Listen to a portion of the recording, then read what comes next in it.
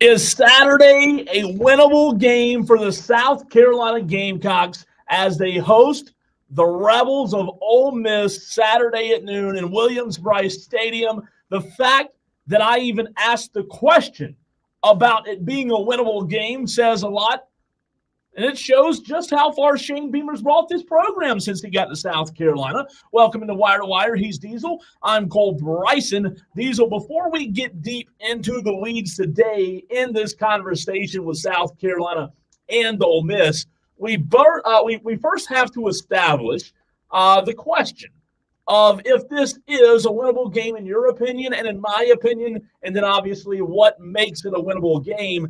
Do we both agree, though, that Saturday, 2 days from now, is a winnable game for South Carolina and the Gamecocks? Well, if you go back and pull the tape from the beginning of the season, Cole, I think you and I both chalked this one up to a sure loss for the South Carolina Gamecocks. An unwinnable football game. But, man, Kentucky made Ole Miss look mortal last week. Ole Miss played a garbage schedule leading into that football game. We didn't really know who they were.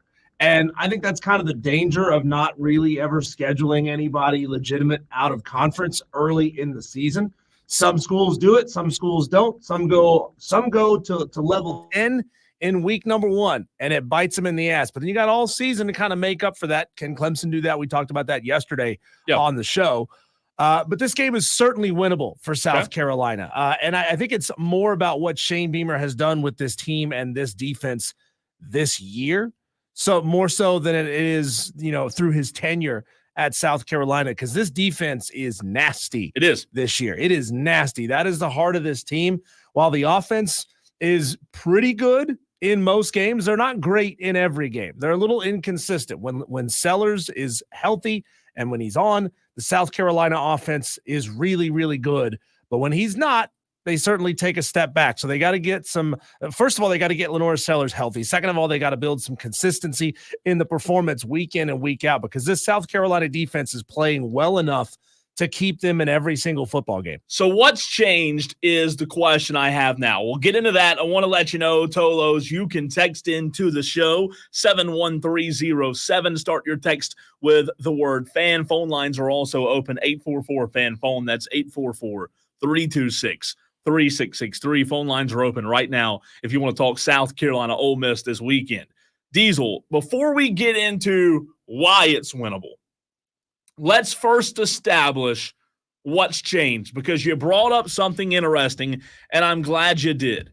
You brought up the fact that when you and I both gave our official predictions for South Carolina football in 2024, you and I both said, just like you pointed out, that Ole Miss will win this game, it really wasn't looked at as a winnable game then. What was that? You went on vacation in August? Is that right? Early August? So we did this somewhere early August, maybe even the first week of August, I believe, when we made these official predictions. So fast forward 2 months from when we made these predictions, the fact that South Carolina, the fact that you and I both sit here and say this is a winnable game for the Gamecocks, what has changed? And Tolos, if you don't agree, let us know on the text line.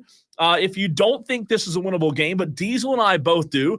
Diesel, I believe that there's so many variables and factors here, but when you look at this now being a winnable game, in your opinion, is it because Ole Miss lost to Kentucky last week, or is it because South Carolina is that much improved from last season? I think it's because South Carolina finally has a defense. You've got Dylan Stewart out there absolutely mauling dudes from the defensive edge.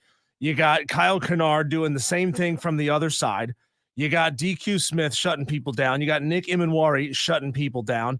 You got a lot of weapons on this defense that were unproven going into the season, and they have all stepped up to prove themselves in a much bigger way than we thought. I don't think going into the season, we thought this South Carolina defense was going to be awful. Sure. We just didn't think they were going to be as good as they are. And young. Yeah. We knew they're going to be young. But we've heard from Shane Beamer multiple times. One thing that we were told about the defense is the depth. And the depth has certainly been an added value Diesel, for this Gamecock defense, when you talk about rotation, the guys that you mentioned who have been really, really good, they've got 3 to 4 more guys this season that they can rotate in and out. And when you do have an injury on defense, the margin of error is not as thin this season, right? Because you have more guys that you can rotate in and out. I believe this is a winnable game for South Carolina. However, I said it yesterday. Rob Brown and I were talking about it this morning. It scares me. And tell me if you push back. Tolo's the same thing. If this is way off, let me know. It scares me that Ole Miss lost last week. I just think they're going to be focused. I think they're going to be ready. I think Jackson Dart and Ole Miss comes out almost mad, kind of like Clemson did against App State Diesel after losing to Georgia. I'm not saying they have that same explosive offense, right? But I do think there's a level of focus because at the end of the day, this Ole Miss offense is still really good. On paper, they're way better than South Carolina, right? Yeah, I think they are. I mean, they certainly have a higher price roster than what South Carolina has. There's dudes on both sides of the football and both sides of the field. Ole Miss just has a lot more of them. So it's up to Clayton White to scheme this defense exceptionally well, and it's up to them to contain enough to give Lenore Sellers a chance to go out and create and win. Now, if Lenore Sellers is back to 100%, and he can stay healthy for the entire football game, I think South Carolina has a decent shot to win this game. At least keep it within a touchdown or a 10-point final score. No more moral victories. If you're a South Carolina Gamecocks fan, you started the season hot. You got to keep going. You got to keep the mentality high. You got to keep the mindset high. Yeah. No more moral victories. I don't want to hear a single one of you calling in on Monday saying, well, at least we kept it close. No. If you lose, you lose. If you win, crow about it. That's right. No, I'm with you there.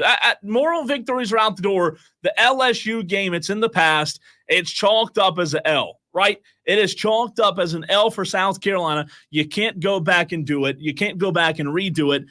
I guess the only counter argument to my fear, Diesel, my fear of Jackson Dart and Ole Miss losing last week to Kentucky, them, in my opinion, being a little bit more focused, business trip like this weekend going into Columbia. I guess the counter argument to that fear that I have is Clayton White, who you mentioned, and Shane Beamer had a bye week. They did play Akron, which, let's be honest, that was a mini bye, right? Then they had a real bye week. So they've had plenty of time to scout this Ole Miss Rebel football team. That's got to be a factor. Yeah, I think it is, but I also think that it's an equalizer. You said Ole Miss is coming in angry. They're coming in focused. South Carolina's equalizer is that they are coming off a bye, and they are coming off an easier opponent before that. I'm looking back over the last couple of seasons, Cole, and I asked this question of Kelley Ford yesterday, who sounds weird to say I asked him yesterday, but we're going to have him on today. I wanted to call him by the way, to ask him. I wanted to ask him if there's a stat that he tracks that I thought was really, really interesting. And he said, no, but it's funny that you asked that question because I am currently devising ways to factor it into next year's models. Oh, wow. So I kind of jumped the gun a little bit on something Kelley Ford is working on, but I wanted to find out how do certain teams coached by their coaches, how do they behave and how do they react coming off of losses? And how do they react and behave like kicking coming coolers off behave? Yeah. How do they react coming off of bye weeks? How do they react and how do they play against teams who are coming off of bye weeks? So I'm just looking back. I'm looking at 2023 for Ole Miss. So Lane Kiffin led teams. What happens to Ole Miss after they lose a game? Well, they lost in their fourth game of the year last year at Alabama 24-10. And then they came back and beat LSU 55-49 last year. So I look at the Georgia Bulldogs game that they lost 52-17 November 11th of last season. Now, it's a little different here because they played ULM in the SEC SoCon Challenge the following week, but they beat ULM 35-3. They looked really, really good in that game. So that tells me, at least in a small sample size, that Lane Kiffin led Ole Miss teams don't lose back-to-back games. Okay. If you go back to 2022, paints a different story there. They lost to LSU on October 22nd, and then they came back and beat Texas A&M on the road in the following week. And then things got a little dicey for them down the stretch where they lost 4 in a row, Cole. They lost Alabama at Arkansas, Mississippi State at home in the Egg Bowl, and then versus Texas Tech in the Texact Texas Bowl. Okay. They lost a lot. They lost 4 games in a row, but that was also pre-transfer portal. That was pre-depth. That was, it felt like a different era. So you look at the sample size from last year. Lane Kiffin led teams don't typically lose 2 games in a row. Glad you brought that up. JD on the stream. What stream? Well, we're live on Twitter, Facebook, and YouTube. Not only can you listen to Wire, you can watch us. I know you have to look at us, but look, it's easier for some to do. We're live right now, Twitter, Facebook, and YouTube. JD, to your point about Ole Miss, Diesel, JD chimes in and says Beamer is 2-1 coming off of a bye, won the last 2. I think that is an interesting statistic. It certainly helps. It certainly, in my opinion, should help Gamecock fans feel good about this. Here's an aspect, though, that I want to know when you look at these 2 teams. We know on paper, and I'd like to hear from you, JD, as well, because I know you're a Gamecock fan. But, Diesel, when you look on paper, this is the number 1 ranked offense in the SEC versus the 13th ranked offense in the SEC, okay? So there's a big discrepancy between those 2, 1 and 13. However, my question to you and Gamecock fans out there, we've talked about the bye. We've talked about Ole Miss losing last week. But do you not feel, because I do you not feel like Shane Beamer has a little bit of pettiness to him? What do I mean by that? I'm serious. I think Shane Beamer, Diesel, has a little pettiness to where when you do things, when you say things like Stoops and the sunglasses at Kentucky to give them fuel, now with Juice Wells, this is going to be an emotional game. This is going to be a personal game. I don't know what kind of bulletin board material Shane Beamer's used this week to prepare the Gamecocks, but I do think that there's an aspect of Shane Beamer wanting this game. And I'll tell you what, I think you'll see that emotion on Saturday. It's going to be a great showdown. You like I said, you got the equalizer of coming off of a bye. You got this emotion. South Carolina fans, a lot of you are dealing with all this Hurricane Helene stuff, and you're going to use this as your first opportunity to get out of town and kind of decompress from all of that and let out all of that emotion. I think it's going to be just a phenomenal football game. And I really genuinely do think South Carolina has a chance to win this football game. I'm not picking them as a favorite by any means. Okay. But I do think they have a very good chance. This feels like one of those ones that, there's just this surge of emotion in the team that you can't really put your finger on. You can't really explain why it is the way that it is. But I think the South Carolina Gamecocks could get it done. Well, to your point about the Hurricane, today's Thursday. For me, I don't know about for you, Diesel, and for the rest of the audience out there. For me, today's the first day I've truly sat down and thought about this game, like went into the numbers, right? Because Friday, Saturday, Sunday, Monday, Tuesday, Wednesday, we've been dealing with a hurricane. I think that this buildup would have been a lot bigger if we would have been focused on this earlier. But with the hurricane happening this past week, our focus has been on that, and rightfully so. Today, I think for the first time, Diesel, I realized that this game could be the biggest win for South Carolina Gamecock football outside of the Alabama win, maybe ever. This could be a historically huge win, and I know Ole Miss isn't ranked as high because of the loss last week, but this is a massive game on Saturday in Columbia. Well, it certainly feels like, the opportunity to be a springboard into the rest of the season, to get off that hump, to get over that hump and be beating a top 15 team at home. This is when the belief really starts to set in for Gamecock Nation, right? Gamecock Nation has never lacked belief in their team, right? Forever to thee.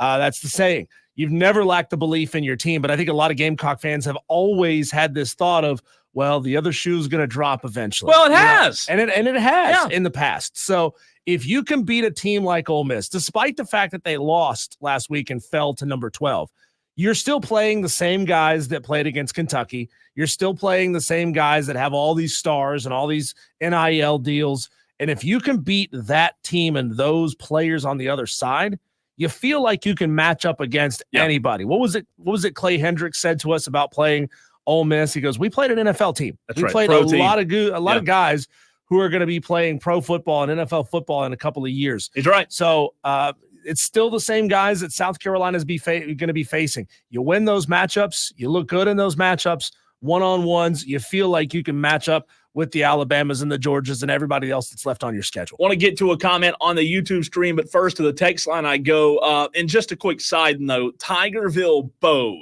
your upset pick that you sent in an hour ago, please resend it. You have to send it during show hours, which is 3 to 7 today and tomorrow. So Tigerville Bo, please resend it.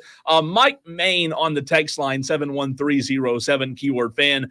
Mike Main says, what do we really know about Ole Miss offense? They lost to Kentucky and played a bunch of nobodies. If the Gamecocks can play with discipline, I think we win. Well, discipline's certainly going to be a big part of it because against the LSU Tigers, at times you lacked a little discipline. But Diesel said that earlier. You know, they have played a fairly weak schedule. I think South Carolina's been battle-tested, which I think will help the Gamecocks.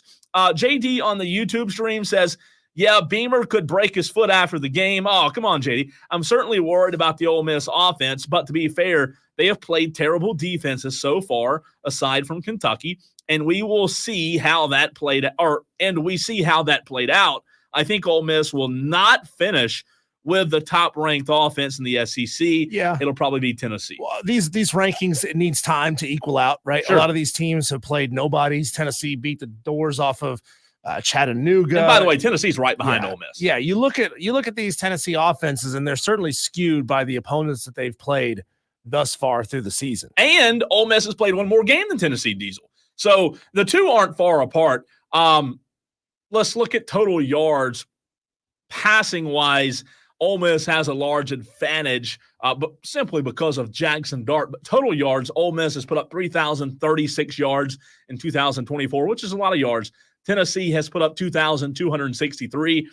Obviously, you can add about 300 to 400 to that if they would have played one more game. But to JD's point, Ole Miss may not finish number one in total offense. Alabama right now is 5th. They're fifth in the SEC, Diesel, in total offense. So I think certainly Alabama will continue to rise, and Ole Miss against South Carolina's defense. It's certainly fascinating when you talk about this number one offense because you mentioned the opponents. To be fair, the Gamecocks defense, they've been tested against a really good quarterback and a really good offense that ranks inside the top 10 in the SEC from LSU. So this defense, and I know Lenora Sellers' health super important. You mentioned that earlier as well. But I believe South Carolina's defense comes into this game feeling confident because of what they've already seen. However, Ole Miss and Jackson Dart, you let them get going, you give Jackson Dart time, that's where you're going to struggle. But Diesel, to your point a few minutes ago, I do think a huge emphasis on this game is the health of Lenora Sellers. He's got to be out there for all four quarters, unlike the LSU game. Yeah, it's going to be a fascinating game to watch. Can't wait for it. I know JD mentioned something here about prospects. I know South Carolina is probably going to be hosting a handful of prospects at this game. Man, what an environment to host those guys. What's your early lean in terms of how you're feeling? I say early. Today's Thursday, so we're 2 days away. In terms of what you think the outcome will be. You don't have to give me an official score prediction, but what way are you leaning? I'm leaning Ole Miss wins this ball game. Okay. But I'm thinking we're going to see a game probably where both teams are scoring in the low 30s, high 20s, and which is an exciting football game. And I think Ole Miss wins this one by a touchdown. South Carolina Diesel needs to score how many points to beat Ole Miss? 38. Wow. 38. I'll tell you this. I don't think that happens. Yeah, it's going to be tough. I really don't. That's what they need to score.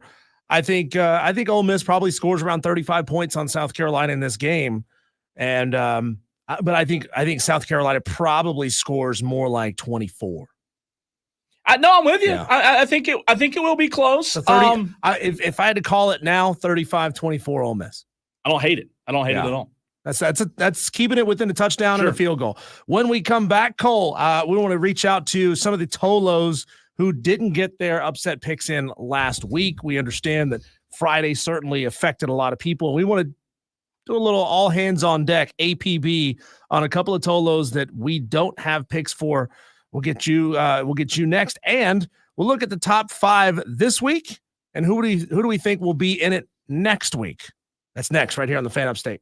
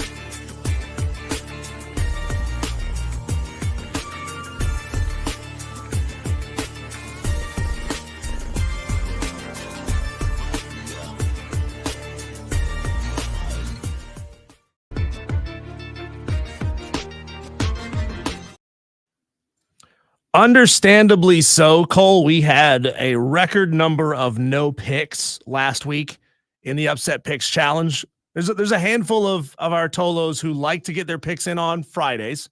And Friday, we were dealing with the first day of aftermath of Hurricane Helene. So we want to make sure that we go back and try to catch any of these picks that you sent in, but we couldn't see on Friday. Our system should keep text messages for 90 days, but for some reason, text that came in on Friday did not get saved. So you Tolos, who we don't have picks for from last week, we're looking to possibly go back and readjust your scores if you got in a pick or if you didn't get in a pick. So Kevin Buggs, Ty Duncan 864, Notre Dame Nate, Isaac, Shane Connick, Chase G, Vance M, MD 75, Will G, Dab Daddy, Ethan Reed, Shane and Sugar Tit, and Nashty. You know who else is on? We didn't put on that list? Who? Rob Brown. Oh, remember, he gave us Rob's a pick like the week close. before. I tried. I texted Rob the week that he was out getting married. I texted Rob. No pick. I said, I know you're getting married, but this is important. I need to pick from you. You know what we should do in the 4:00 segment today when we do upset picks? We should call Rob unannounced on air and get his pick. So yeah, we should. You know, he does this whole what is it? Gaslighting thing where he's like, well, if I had been invited to be on the challenge, I totally would be making picks in the challenge. Hopefully he's not listening. We'll call him in the 4:00 segment, put him live on the air and put him on the spot. So those Tolos that I just mentioned, we cannot see if you went back and made a pick on Friday of last week. So if you did, we want to especially give you points if you got the win, but we want to adjust those of you who maybe lost 2 points because you didn't get a pick in at all to maybe just 1 point if you got your pick in, but it was incorrect. So if your name was on that list and you did make a pick, take a screenshot of it. You can email it to me, diesel@thefanupstate.com. You can tag any of our social medias at the Fan Upstate, at Diesel on Radio, and we will make sure that we go back and adjust your scores. Those P1s, those Tolos are the only ones we're looking for week number 5. For the rest of you, though, we're looking for your week 6 upset picks. You can do that right now by going to ESPN.com, finding a game that you think will end in a betting underdog winning the game outright. Then text in at 71307 with your name, your game, and the spread, and you'll be set and ready to go for week number 6. I have mine. I'm giving it at 4:00. God, so you need 24 hours extra? No, I need more than that. That's so bogus. I need more than that. I need all the help I can get. That's so bogus. Okay, so the AP Top 25, we know who is in the top 10. We got Alabama number 1, Texas number 2, Ohio State 3, Tennessee 4, Georgia 5, Oregon is 6, Penn State is 7, Miami is 8, Missouri 9, and Michigan number 10. Cole, do we think any of these teams are in danger of going down this weekend? And do we think any of these teams are potentially have the opportunity to rise in the AP poll? The hard thing about the matchups that we have this weekend is that we only have one top 25 matchup, and that would be Missouri at Texas A&M. So there's obviously some room for movement for Missouri at number 9, up or down. But the question is, Cole, when you look at the AP top 25 as it currently sits, or the top 10 as it currently sits, what are the opportunities in your mind that you think a game is sort of at a 60-40, 50-50 split where there's a chance either way, no matter what happens in the outcome, that one of these teams is going to move up or down in the AP top 10? I think the easy answer is 12:00 noon. Missouri at A&M. That game is a 2.5-point spread. Diesel, Texas A&M, who is ranked 25th in the country, is hosting Missouri on Saturday. I know we touched on this yesterday, but Missouri's 4-0, 1-0 in conference. You would think that Missouri would be a slight favorite even on the road against A&M. However, they're not. A&M's favored by 2.5 to an undefeated Missouri team to answer your question, the easy answer, there's a few more in the top 10 that I could see happening, but the easy answer is number 9, Missouri, falling to Texas A&M on Saturday at noon in a game where that spread to me really doesn't make a whole lot of sense. Yeah, so I look at this, Cole. I want to start at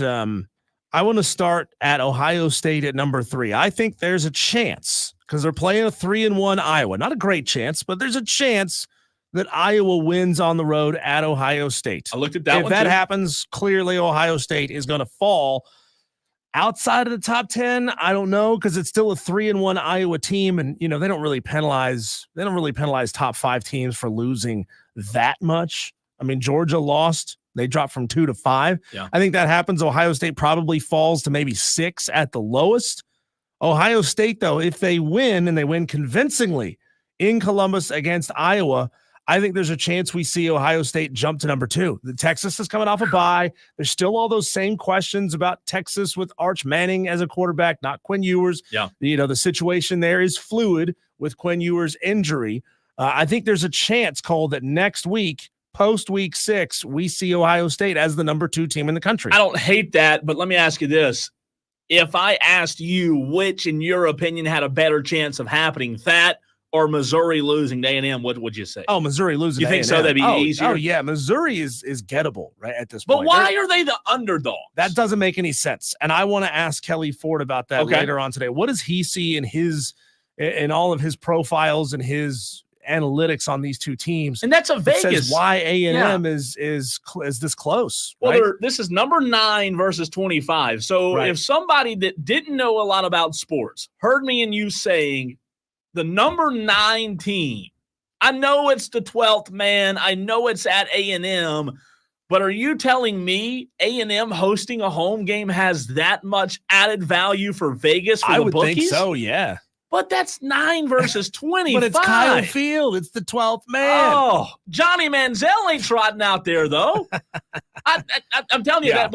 I don't know. If I had to pick that game right now, I would lean Missouri. However, I haven't been super impressed. I don't know if you can find a game on the slate this weekend that's more of a coin flip, hard-to-pick game than that one. I've been back and forth. A&M hasn't looked bad. I mean, they're 2-0 in SEC play. They're 4-1 overall. I just cannot figure out. I like Cook at quarterback for Missouri. I think he's a really good quarterback, but I can't figure that one out. To your Iowa-Ohio State game, I don't hate that. I do think Ohio State has a chance to move up because of Texas's bye, but boy, how bad would that be for the Longhorns, Diesel, if you have a bye week and you drop? I mean, you don't even play and you drop in the rankings. I mean, what are you a victim of there? It's the victim of Quinn Ewers being injured. Okay. That's all it is. And remember, a lot of people are putting a lot of stock in this. This is still very fluid. A lot of these teams coming off of a very weak out-of-conference schedule. They got gassed up by playing nobodies to this point, and they're just now starting to get into level playing field competition. So now we're finally starting to learn who these teams really are. I mean, look at what happened to Ole Miss. They were torching teams until they played a decent SEC team in Kentucky. And that's a team that actually a lot of people didn't even think was decent. They thought they were going to be a bad football team this year. But once they get into SEC play, it certainly changed things for them. I also, Cole, look at the Tennessee Arkansas game. Tennessee is by far the better team. Sure. But Arkansas is a game football team this year, right? They're 3-2. They've won. They beat Auburn on the road. I think there's a chance, being that this game is being played at Arkansas, I think there's a chance that Tennessee goes down. I think there's an upset opportunity here. It's not a great chance. But I like it a little bit. So I think Tennessee would certainly fall. Outside of that, Cole, I'm not looking at any of these games. What about Cal Miami? Not a chance. No. Not a chance. I'm looking at if Georgia beats the tar out of Auburn, but Alabama, Texas being on a bye, and Ohio State and Tennessee goes chalk, Georgia's not jumping any of those teams, right? Penn State's not going to jump anybody by beating the crap out of a 1-3 UCLA. Miami, probably not going to jump anybody, assuming things ahead of them go chalk. Miami's not going to jump anybody either by beating a 3-1 Cal. Can I ask you a question about Washington, Michigan without looking? Don't look down because I don't want you to know, or I don't want you to cheat if you don't know already, Diesel. But right now, have you looked at the Washington, Michigan spread? Do you know what it is off the top of your head without looking? I think Washington's 3-2, right? Washington's 3-2, unranked. I'm going to say that spread is probably Michigan favored by 10. Okay, I'm glad you said that. Maybe my guess. Washington's favored by no 2.5. No way. So there's a top 10 for you. Wow. Michigan's 10. Just like the A&M Missouri game, the home team Diesel in Washington, home team, Kalen DeBoer's not there anymore. Michael Penix Jr. is not there anymore. True.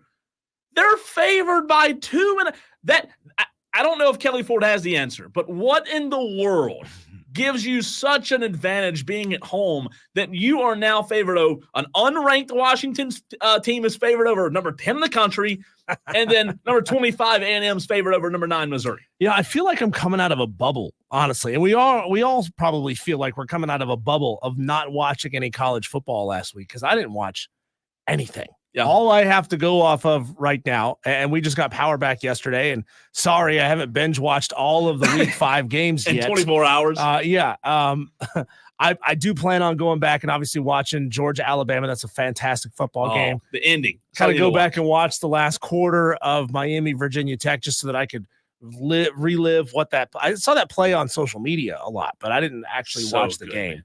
But it feels like, I'm kind of reemerging from a cocoon a little bit and going into week 6. I can actually get to sit down and watch football. No, I'm with you. I was fortunate enough last week to be at a buddies who did have power, so I was able to watch a good bit, but I still feel like I'm eager. I still feel like I'm hungry for it because, I do believe football, getting to the Storm conversation, which we'll get back to in the next break, Diesel, I believe football does that, right? I'm not saying all football games should be played during a storm or after a storm, but I do believe sports has a unique ability, Diesel, to bring people together, whether you agree or disagree with Clemson's game being played last Saturday or right after the storm. Sports and football in particular have a way of rallying. You look at what happened post 9/11. I remember the games up in, I believe it was Boston. I can't remember exactly the teams, but a lot of games happened. Wasn't it like Giants Patriots? It was a New York something team like playing. that. Just brought the country together. So football has the ability to do that, and hopefully for those impacted by Helene, football this weekend can certainly do that. Yeah. Again, those of you who have your power back, those of you who have everything back to normal, or even if you just have generators and a tailgate set up, maybe invite some friends over who are still struggling this weekend and give them an opportunity through sports to feel a little bit normal just for a couple of hours. Absolutely. We'll get into the conversation. If any Tolos out there know of any places that are still providing food or essentials, I want to open it up to you in the very next segment to talk about that, and we'll give you Tolos updates on what's happening here in the Upstate.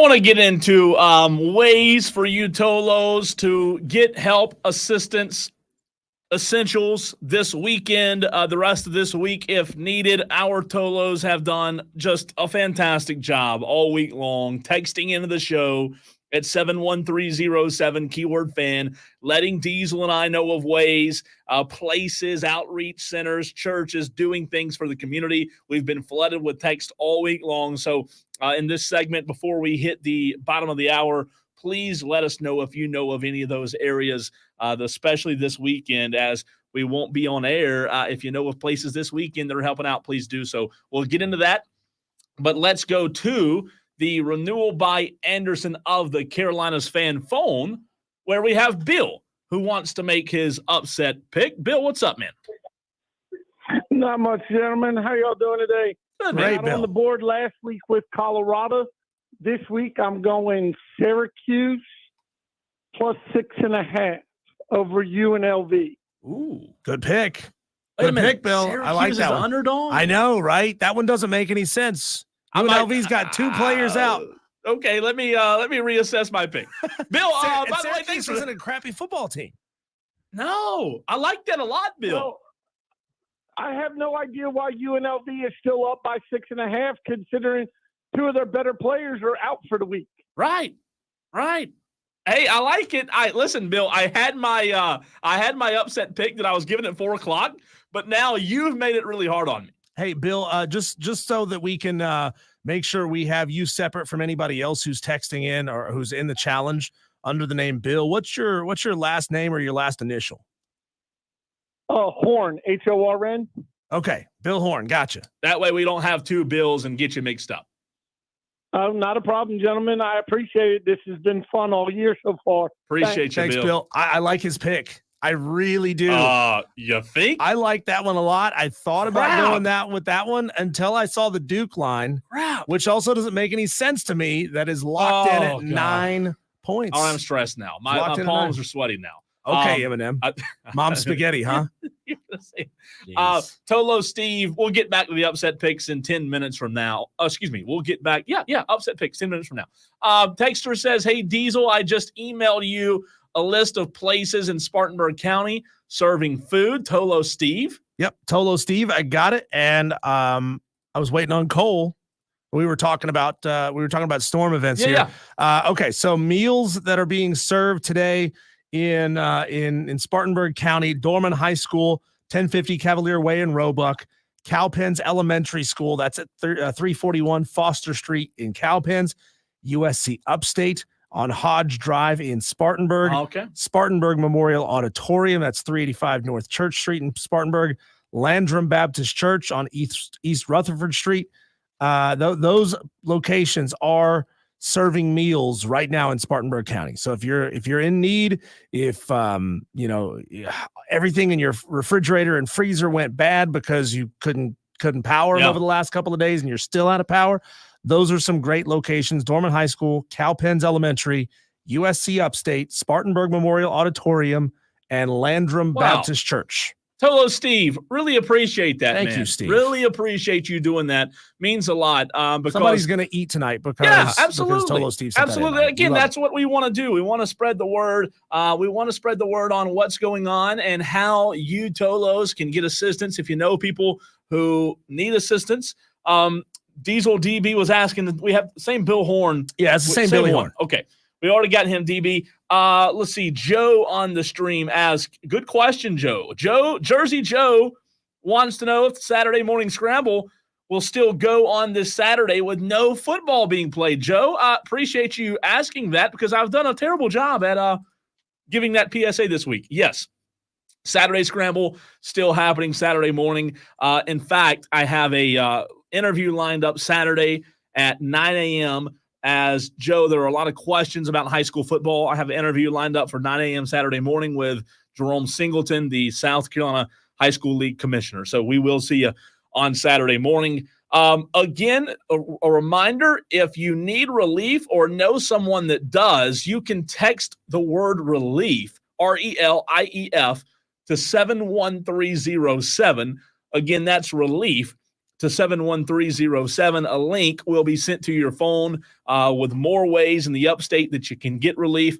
So if you need that, we've had hundreds this week come in on the text line, and really appreciate those that are all coming together at churches and community events to reach out and serve food and give essentials and all that kind of stuff, man. That it gives me goosebumps when I see all of these events going on, because that's what we're supposed to do in these times of need. Yeah, and we appreciate Tolo Steve for getting us that list of places in Spartanburg County where you can get meals. If anyone wants to share specifically things that are going on in other counties here in the upstate, in Greenville County, in Anderson County, Pickens County, places like that, up towards the mountains that got hit harder than we did here in Greenville County, please send those our way, and we will pass those along as best we can. But make sure you send us stuff that you know for a fact that is confirmed that is happening right now and this evening and over the weekend.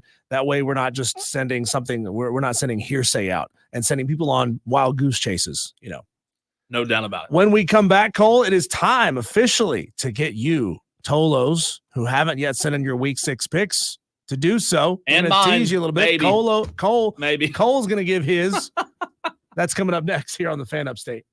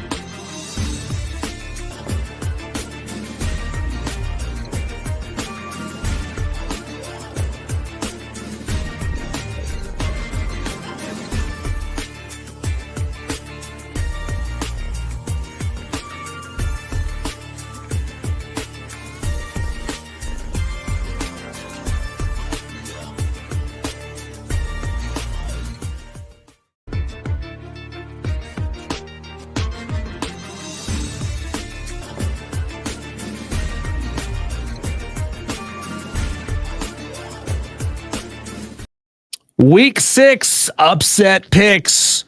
Need yours. 71307. Start your text with keyword fan.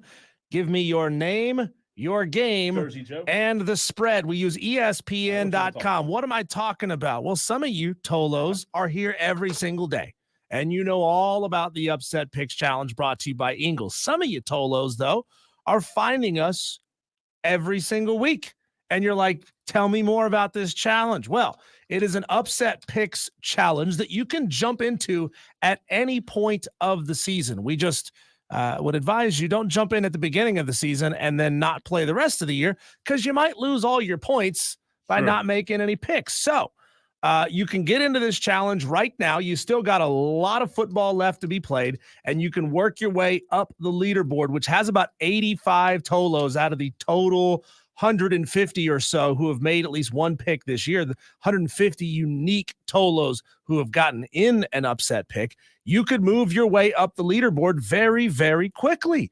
There's an opportunity, Cole, with some very winnable upset picks this week that could certainly move you up to at least halfway in the others receiving votes category. So we have a top 30, and it looks just like when you're looking at the top 25 on the AP poll. We have a top 30, and then we have a section underneath, smaller font, sort of an others with points category. And you can move up into the middle of that others with points category this week with some winnable picks. And then next week, if you get more right, you can make your way up into the top 15 and 20. I've really had a struggle lately, and we're going to get to Jersey Joe in a second with his upset pick. But I've struggled lately, like this week and last week, with the ideology, Diesel, of trying to go big, swing for the fences, and go ahead and get like a 17-pointer. But what's the chances that happens? They're so slim. Kentucky did it. Yeah. Kentucky beat Ole Miss last week.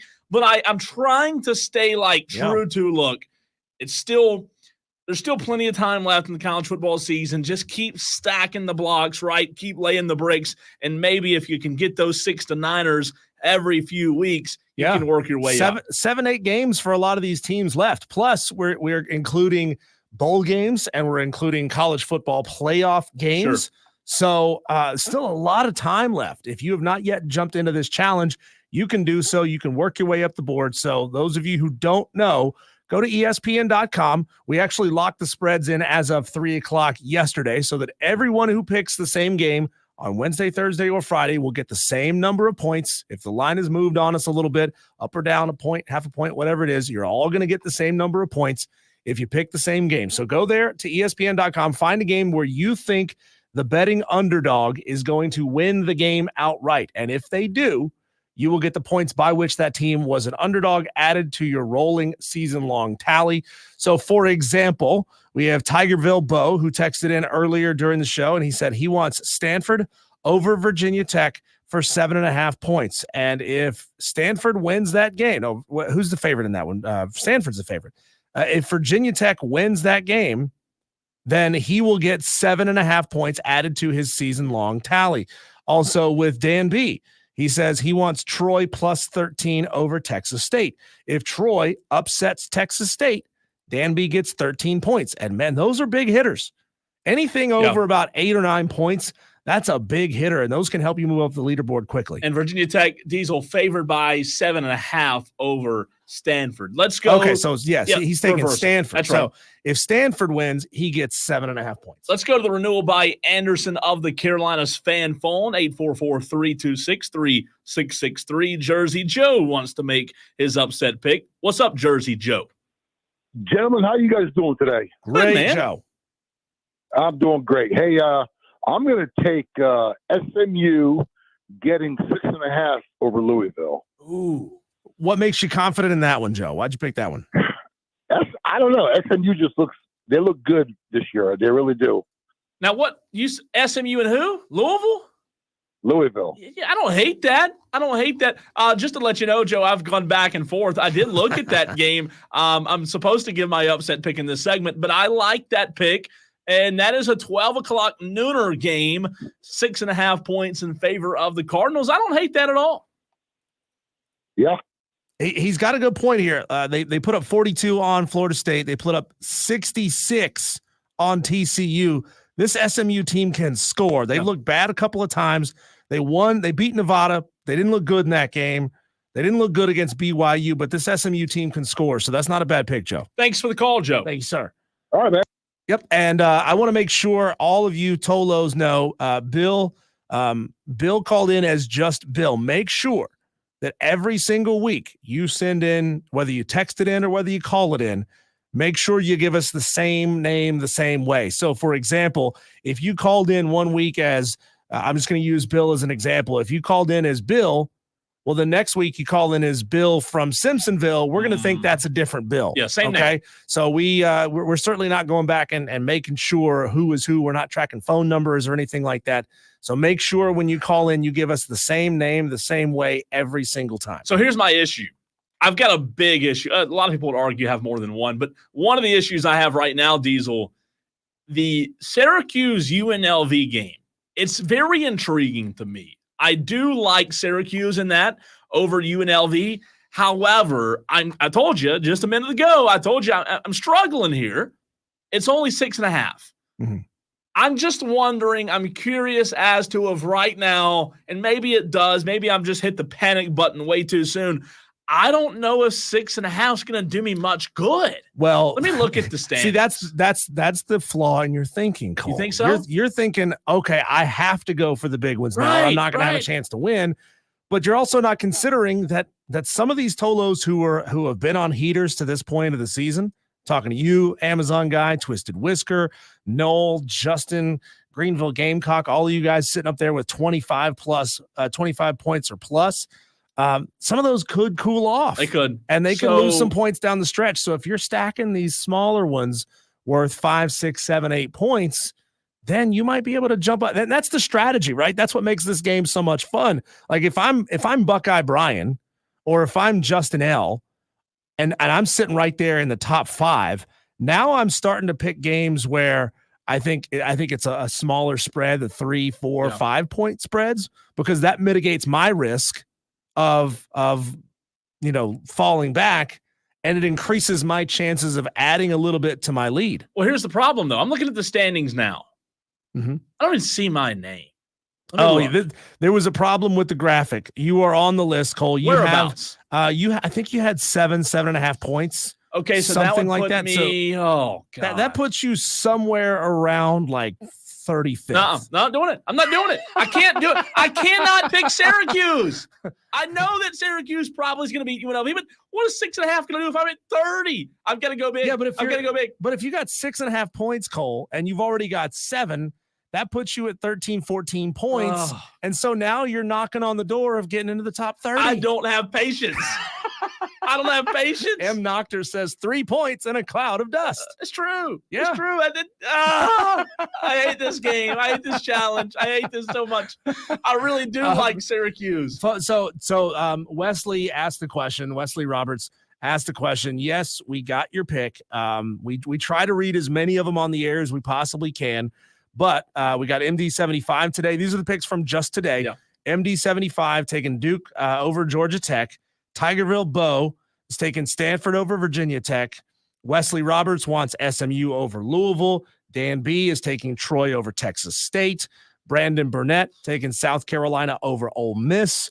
Let's see. JT Ingrier wants Stanford over Virginia Tech. Sparty Party 12 taking Baylor for 12 over Iowa State. That's a big one, man. You hit that one, Sparty Party, you're going to be sitting pretty. Yeah. Ben in Simpsonville wants Southern Miss plus 15.5 over Louisiana. Southern Miss sucks this year.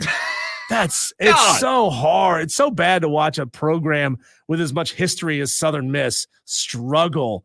But they're 15.5 point dogs against Louisiana. But that's what Ben in Simpsonville wants. To see Tyler B wants SMU over Louisville.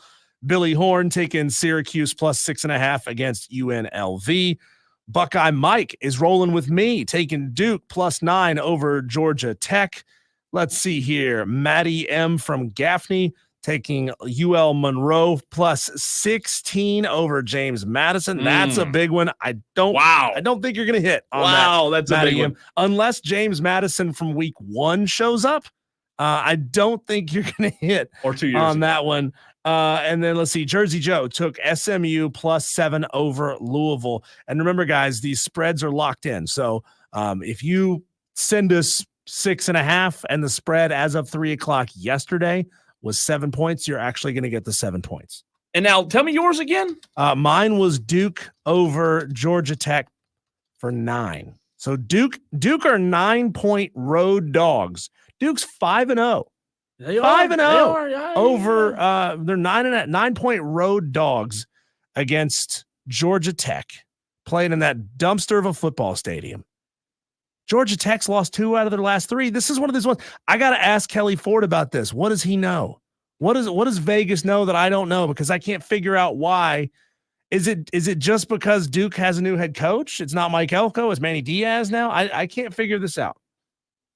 You know what? I don't hate that one. However, I do think Georgia Tech wins. But you're right; they're undefeated. They've actually played well. What about Georgia Tech makes you think that they're going to win this game? Their coach. I like the way they're coached. I do too. I like Brent Key.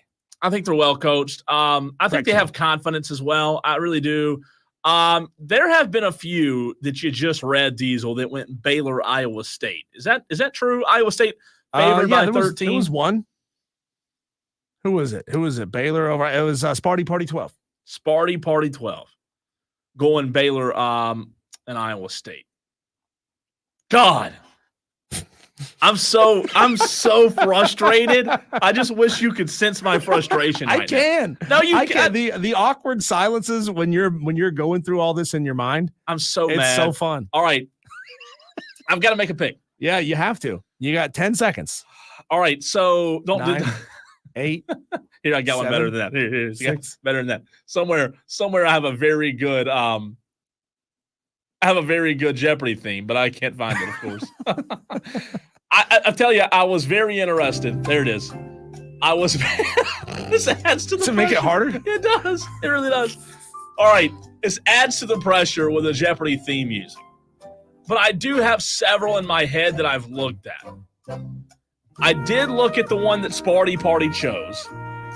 However, I'm not going with that one. Okay. I'm not going with Sparty Party there. I am going Diesel with Purdue over Wisconsin. Wisconsin is favored by 13.5 points. Okay. Noon or o'clock on Saturday on BTN, whatever BTN Big is. Ten Network. Big Ten Network. You know what the first game ever was broadcast on Big Ten No, I Network? have no idea. It was App State, Michigan. Really? Mhm. Oh, what a won the broadcast. Yeah.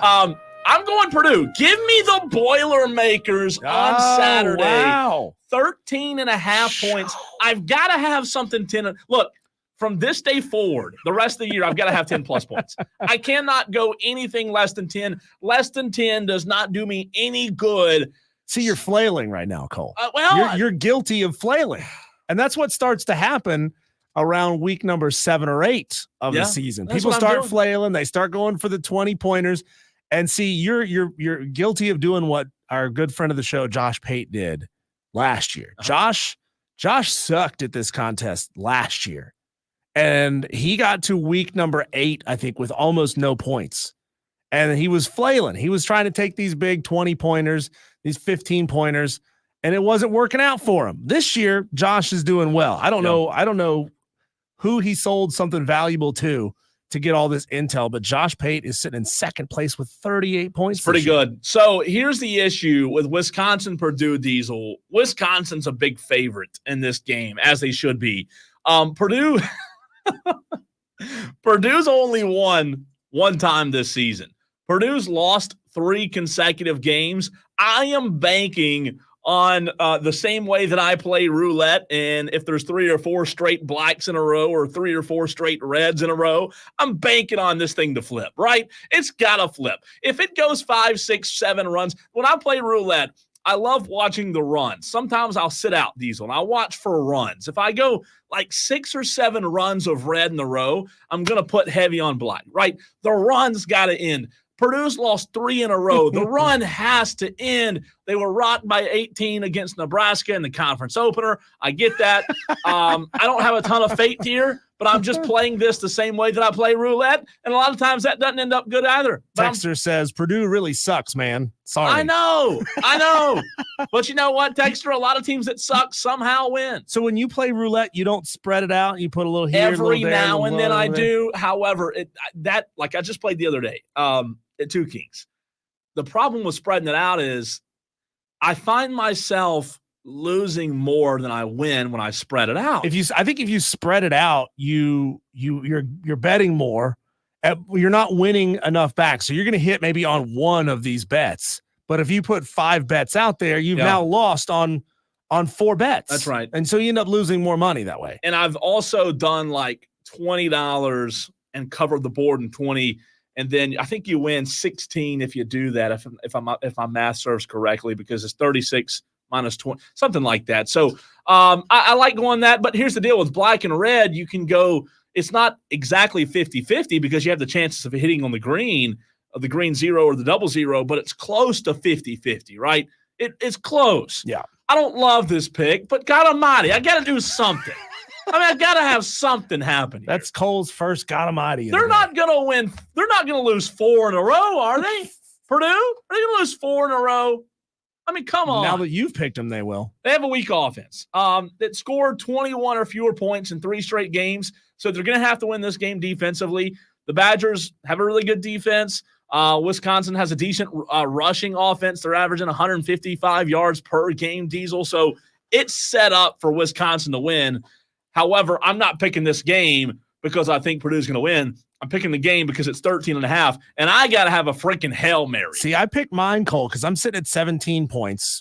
If I hit with Duke over Georgia Tech, I'm at 26 points. And depending on what happens with everybody above me, Cole, I could now be sitting inside the top 10 if I hit this one. I'd be feeling real good about myself. You've done good. 2 weeks in a row, right? Yeah. Well, 3 weeks in a row because I've already hit 2. Yeah. This could be my 3rd straight win in a row. That'd be impressive. It really would.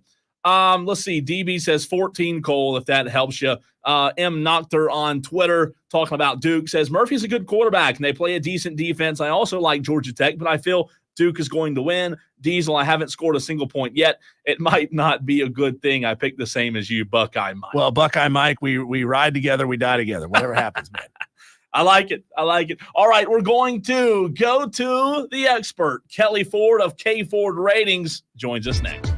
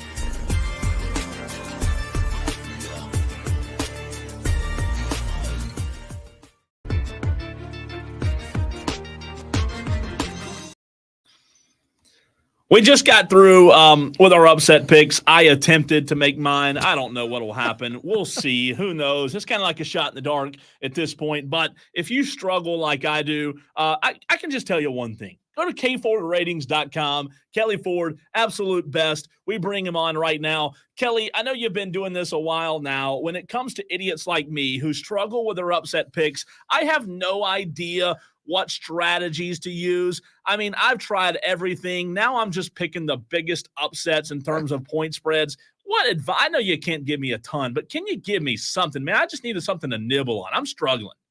Yeah, guys. Well, it's something that people struggle with every day across the country, and there's a lot of folks out there that want to get an edge in gambling, right? And so I would say just, as a general rule of thumb, I would check out a couple of different power rating systems. Of course, I'm going to pub up my own KFord Ratings, KFordRatings.com, but there's lots out there. And I have the utmost respect for Bill Connolly with SP+, Brian Vermeau, FEI, ESPN's FPI. I know people like to bag on that. It's actually a pretty good metric when you really drill down into its absolute air. There are a lot of metrics out there that you can look at. Just go look at a few of those power ratings and see what the projected spread is. Because if you can find, 2 or 3 different power ratings that suggest there's a little bit of value in an upset pick, meaning if the models are suggesting that South Carolina, for example, is a 2-point underdog to Ole Miss this weekend, but Vegas says that it's Ole Miss -6, then there's a little bit of value there on South Carolina, right? So I think aggregating power rating models and seeing, is there a game or two out there where the consensus from the power raters is there is value to be had against the Vegas line?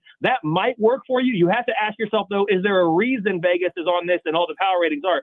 Is there some player suspension, or is the weather projecting to be really bad? Something like that. So you can't just take it as the end-all, be-all. But that would be my advice. Look at the power ratings, see if there's a game or two that all seem to agree on, and that's a good starting point for that kind of thinking. Well, Kelley, I'm glad that you mentioned the word reason there, because I need a reason why 5-0 Duke are 9-point road dogs to Georgia Tech, a squad that's now lost 2 out of 3. And both of those losses have been against power opponents. They won one in between, kind of like an Oreo of suckitude against VMI. Duke is my upset pick. What am I not seeing in that game? What do they still like so much about Georgia Tech?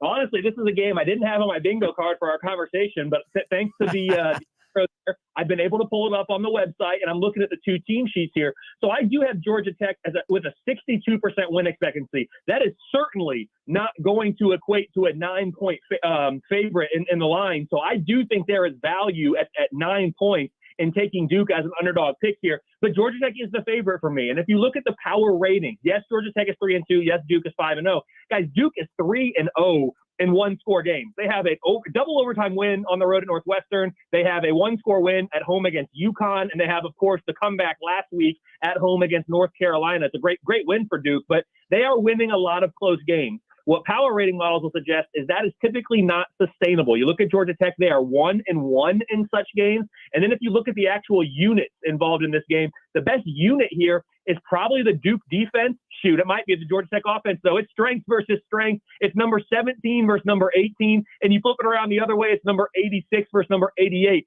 So, guys, there is really not a lot separating these 2 teams from a power rating standpoint. In my model, the difference might honestly be Georgia Tech's at home, and they got the home field advantage there.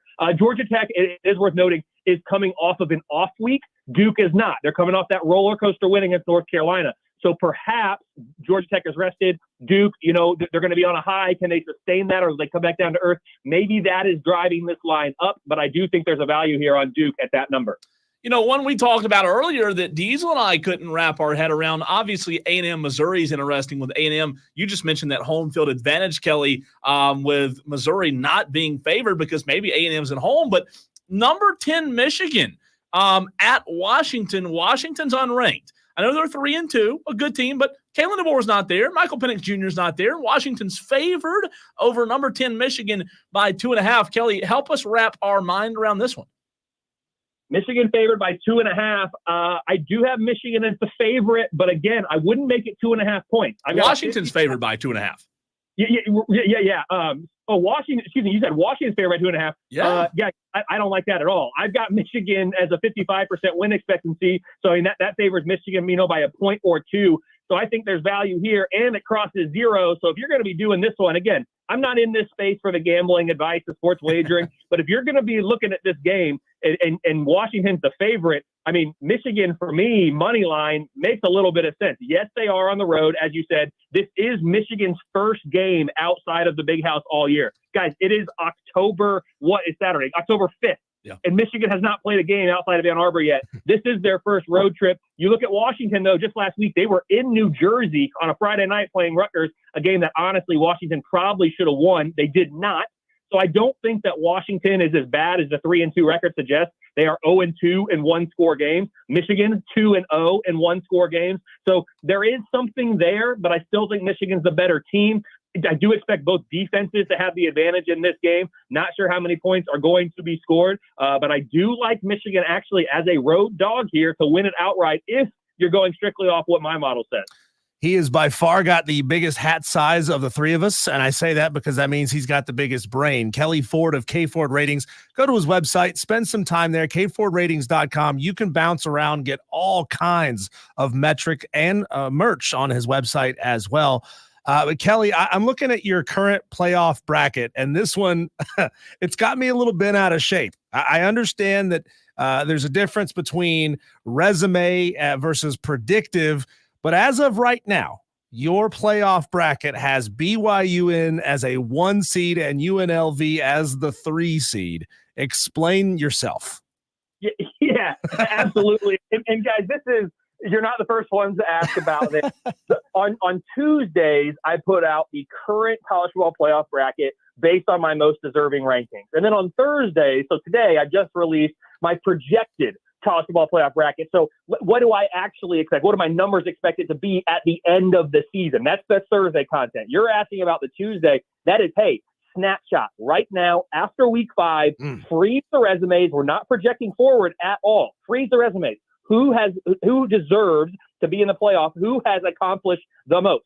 Yes, BYU is my number 2 most deserving team behind Alabama, but Alabama is actually right now not number 1 in the SEC conference standings. That would be Texas A&M, who is 2-0. Bama is 1-0. So I give the nod there to A&M. So Bama's not eligible for a top 4 seed. Therefore, BYU, with the number 2 most impressive resume to date, based on my numbers, slides into that number 1 spot. You said UNLV, they're sitting there at number 3. Yes, they are number 3 in the seeding. They're number 13 and most deserving, but they are the number 3 conference champion as things stand right now. And that's how this playoff is going to be seeded.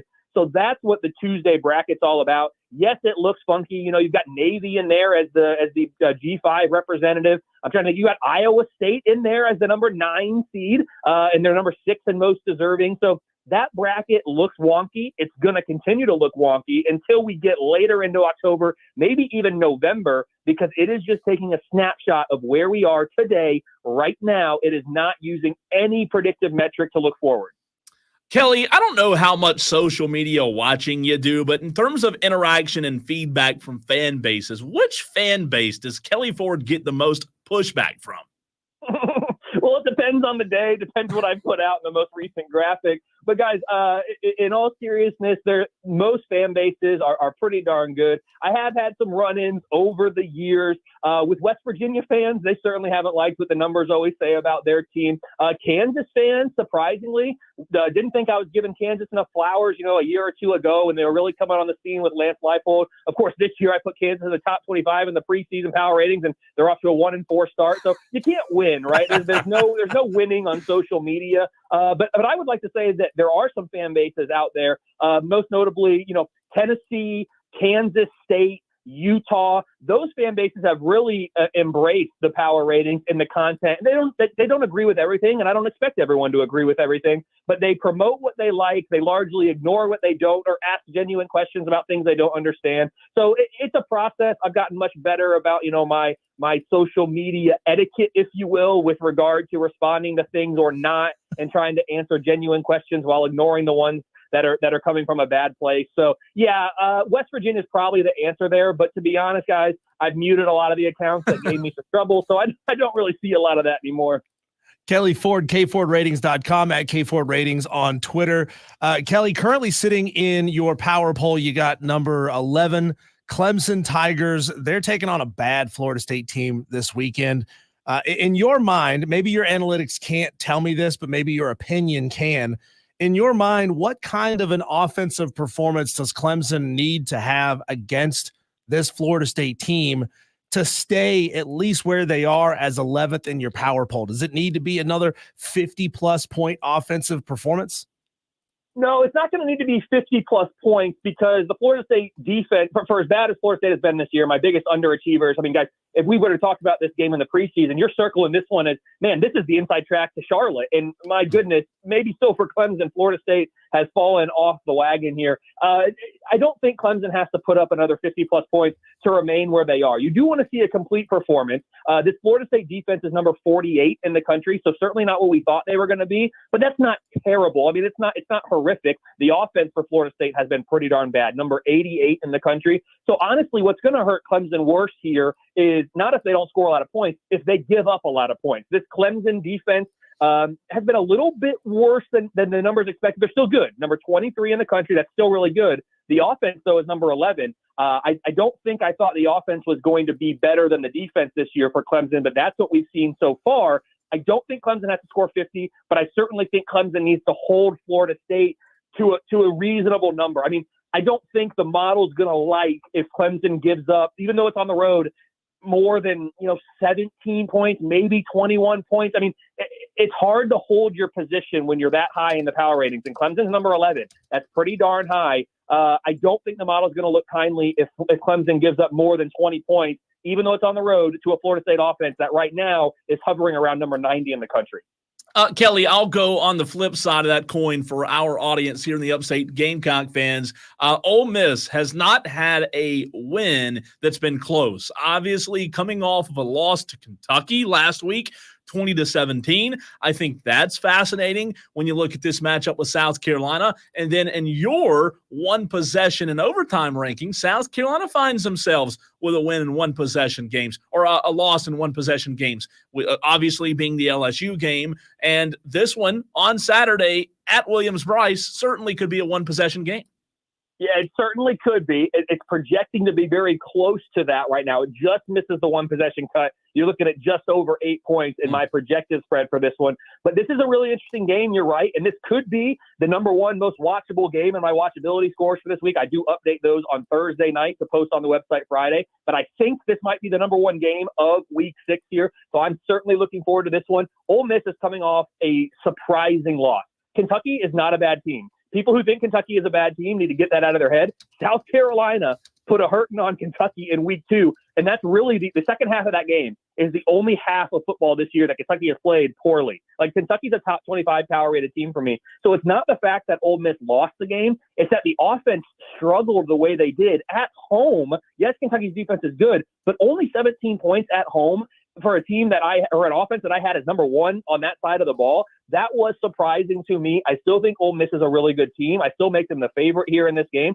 Going on the road to South Carolina is very difficult, and South Carolina has the added advantage here. They were off last week, and even the week before that, Gamecock fans know, they were home against Akron. So I would suspect that South Carolina has been game planning for Ole Miss now for probably going on 3 weeks at this point. So I really think that South Carolina has some scheduling dynamics in their favor. I think that the Ole Miss defense probably has a pretty significant advantage against that South Carolina offense. That's the worst unit in this game for me, is the South Carolina offense. It's number 65.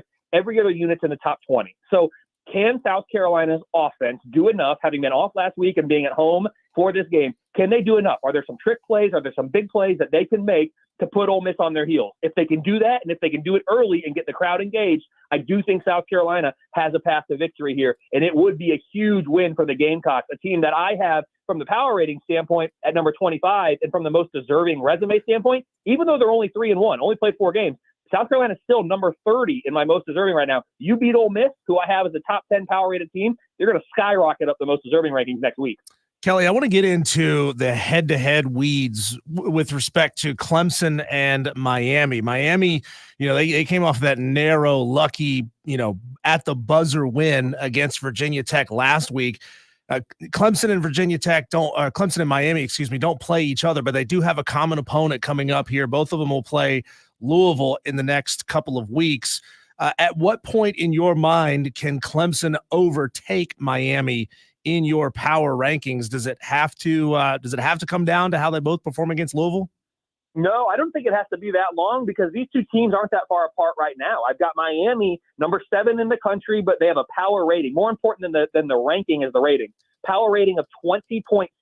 So what that means, as a reminder, on a neutral field, my numbers would favor Miami by 20.6 points, about 3 touchdowns over the average FBS team on a neutral field. Clemson, they're number 11, so a few spots behind the Canes right now, but 17.4 is their power rating. So there's only a field goal difference right now in the model on a neutral field. If this weekend Clemson performs really, really well against Florida State and Miami struggles, even if they win, if they struggle on the road at Cal, it is possible that Clemson could be upgraded 1.5 points and Miami downgraded 1.5 points or some combination, and Clemson could overtake them as early as this week. So it's all about how these teams perform relative to the model's expectation. Yes, the Louisville game for each team is going to be huge because of what it means in the ACC standings. I mean, right now it's Clemson, Miami, Louisville, and SMU. Those are the teams that are going to, I believe, contend for the spots in Charlotte. And neither Clemson nor Miami play SMU. They both play Louisville. Louisville's a huge linchpin team here. But I'm really looking forward to those games. But no, we don't have to wait to see that for Clemson to potentially overtake Miami.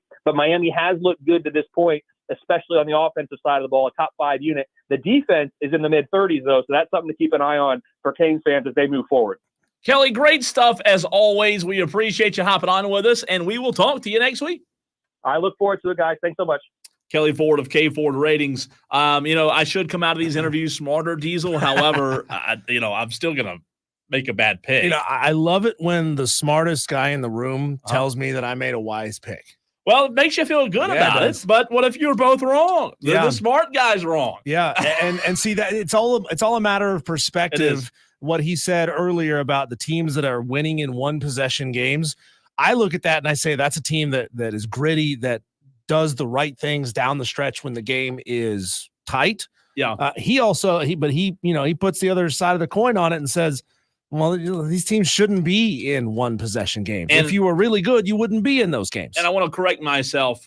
South Carolina's 1-1 in one possession games. You can see that on Kelley Ford's website. The Old Dominion game, they won obviously, in LSU they lost, so they're 1-1 there. See, that's why Kelley can't make picks in the upset picks challenge, because he's got this wealth of knowledge, and it would be an unfair advantage. He would just torch all of us. When we come back, Cole, we'll look at our daily wires, whip around the sports world, see what's happening. That's coming up next on the Fan Upstates.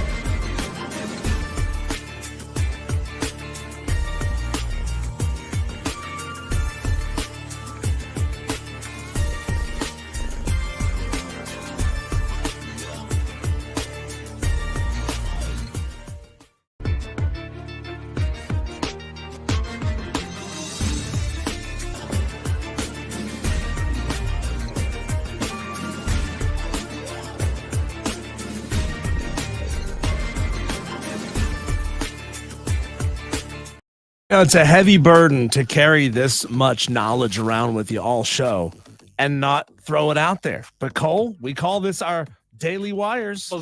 This is our whip around segment covering all things happening in sports. The Atlanta Braves season has officially come to an end. Thank God. They lost last night 5-4 to the Padres. They finished the season 89-73. So they didn't suck this year. They just had so much inconsistency in losing as many players as they did. It's understandable how they ended up with that record. Thank God is all I can say. It's over. God, It's over. You have such a love-hate relationship with the Atlanta Braves. That's every team. It's Really? the same way. Dallas is the same way. My professional teams, it's love-hate. That's exactly what it is. There's only one Major League Baseball game on tonight, a wild card game 3 between the Mets and the Brewers. They'll face off at 7 o'clock. The AL Divisional Series will start on Saturday at 1 o'clock. Tigers versus the Guardians. That's a 5-game series. Also, in the ALDS Saturday evening, the Royals will face the Yankees. The first NLDS series is set. The Padres will face the Dodgers. And the Phillies are waiting on the winner of tonight's wild card game. That would again be between the Mets and the Brewers. Yes, 7 o'clock tonight. Should be a good game, really. Yeah, but nobody's going to be watching because this is America. We watch football on Thursday nights. Tonight in the NFL, the Bucs will face the Falcons. I assume because it's Thursday night football, it's going to be on Prime. Is that right? Amazon, baby. I have it, so I'll Prime it be up. watching. How about that? The Bills are among the teams who have contacted the Raiders about wide receiver Davante Adams. Reports, though, from Monday morning quarterbacks Albert Breer says that most teams out there are convinced that Davante Adams will be reuniting with Aaron Rodgers as a New York Jets. It wouldn't surprise me at all. I No? really think that's one of the favorites because it just makes the most sense. A second fan, Cole, has now sued, claiming ownership of Shohei Ohtani's 50th home run ball. His name is Joseph Davidov. He filed a claim stating, quote, that he was able to firmly and completely grab the ball in his left hand while it was on the ground, successfully obtaining possession of the 50-50 ball. He continued to say an unknown fan wrongfully jumped over the railing, jumped onto the plaintiff and the plaintiff's arm, and attacked the plaintiff, that would be Joseph, causing the 50-50 ball to come loose and roll into the hands of Chris Belansky. I mean, are we really at that point now where we have 3 different parties suing each other over who actually caught a home run ball? I guess so. God, it sucks. They're that It's a scrum. Yeah. You win by survival of the fittest. What do you want? Like, do you want like possession to be whoever's sitting in the chair? Like if it lands in section 12, row 5, seat B, then that person, no matter what, they could be up getting a beer. If lands there in that time, they get the ball. I say whoever walks Ridiculous. out of the stadium with the ball gets the ball. Simple as that. Yeah. I mean, we had the story last week of the guy who said he had control of the ball, and then somebody that would be this Chris Belansky fella wrapped his legs around the kid's hand and like held the kid's hand still and was able to wrench the ball out of his hand. That kid is now suing and saying that, well, he had possession of the ball. So you got whatever happened to, and I know this is not a legal defense or anything, but possession is 9/10 of the law. Chris Belansky walked out with the ball. He possesses the ball. It is his ball. If you want to have a better chance, bring a glove. You're sitting down the left field line when Shohei Ohtani has 49 home runs. There's a decent chance the ball's coming to you. Good chance. So hold up a glove, catch the ball with 2 hands, and then wrap it up like you're tucking a football. I'd put it in my pants. There's people Don't say promo. There's people who would reach down your pants to get a baseball. I don't know about that. Would they? Yeah. Oh, God. Bally Sports have announced that they are dropping carriage of 11 baseball teams' games going into next season. They are dropping 11 of their 12 teams, but not the Atlanta Braves. The Athletic reported that Major League Baseball was, quote, blindsided by the announcement. Blindsided. I love it when it makes it harder to watch games. Yeah. Let me guess. They're still going to charge you the same amount. Oh, of course. But you'll only get Braves. Of course. Yeah. Of course. And then finally, Cole, Jason Kelley is collaborating with Stevie Nicks on a Christmas album. Enough with the Kelceys. Yeah, I'm done with that. Everywhere. You can't get away from the Kelceys. Also, Stevie Nicks is a world-renowned singer, the singer of Fleetwood Mac. She doesn't need to lower herself to collaborating with Jason Kelley, a green tracksuit wearing ex-football player. Also, we do know that 97.7 is down momentarily. I do know that our guys in engineering are working on it, as what I was just told on the text message just a few years ago. And did I say years? Yeah, you did. Just a few years ago or minutes ago, Cole? I believe minutes ago. Just a few seconds ago, actually. So 97.7 we know is down right now. Still trying to get everything right back up from the storm, everything level-headed. 97.1, Spartanburg's working perfectly right now, but 97.7 will be up momentarily. Let me say it that way, momentarily. All right, Diesel. We haven't done this in like 3 weeks now because last Thursday – we had a guest or something come up. The week before that, we were off. It's been like 3 weeks since we've done a welfare check to see who's home, the hottest coaches in the upstate, the hottest coaches in the country. We're going to check to see how hot their seat is. Our Thursday edition of Welfare Check next.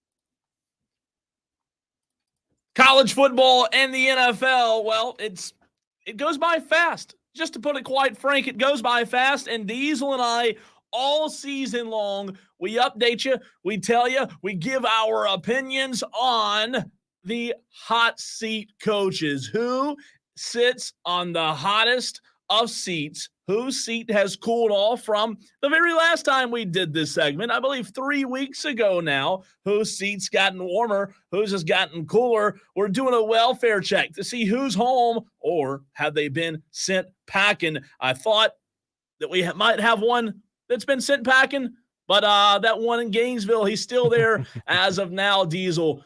It's what we call the welfare check right here on Wire to Wire. Who's at home or who has been sent packing? College football, also in the NFL. Let's start with one that a few weeks ago, his seat was hot despite him just being hired not long ago. Let's start with the man in Charlotte, Dave Canales, the head coach of the Carolina Panthers. You know, it's weird to have the conversation of hot seat in his first season, Diesel. However, the owner, he's crazy, so you can't count it out. No. Dave Canales right now on a scale of 1 to 10, Diesel, how hot is his seat? He never got above a 1.5, okay, and he's now down to a 1. He was brought in to fix a disaster, right? True. And it was really an experiment to come in and fix this disaster. He fixed Geno Smith. He fixed Baker Mayfield. And the hope was that he could fix Bryce Young. He couldn't fix Bryce Young, or at least to this point, he hasn't fixed Bryce Young. But Cole, he now looks like a genius for making the decision to play Andy Dalton instead. They went from scoring an average of 6.5 points a game in games 1 and 2 to scoring an average of 30 points a game against the Raiders and the Bengals. They're 1 and 2 in those games. We all knew that the Bengals were not going to start 0 and 4. And the Carolina Panthers put up 3 touchdowns on the Cincinnati Bengals. I mean, I know it sucks to lose. Yeah. But I mean, we are in moral victory territory for the Carolina Panthers. That was quick. And putting up 24 points against the Bengals when you know your defense is suspect, right? You know your defense is bad. Shaq Thompson went down. I think you're feeling good, really good about that. And you're going up against the Bears next week that stink, the Falcons the week after that stink. So I'm thinking there's a good chance, not even a 50-50 chance, but a good chance the Andy Dalton era begins 3-1. Wow. Through October 13th. So I'm with you there. I don't have any pushback, regardless of who made the decision to start Andy Dalton, whether it was Dave Tepper or Dave Canales. Ultimately, it falls on the shoulders of Dave Canales, right? He's the head coach. He's going to get the credibility. He's also going to get the negativity, right? In whichever way that scale leans. However, to your point, Andy Dalton's been good. Last week against the Bengals, did they win? No, but they didn't look bad against Cincinnati. The Carolina defense, in my opinion, last week was the issue. So I'm with you. 1 out of 10's fine there.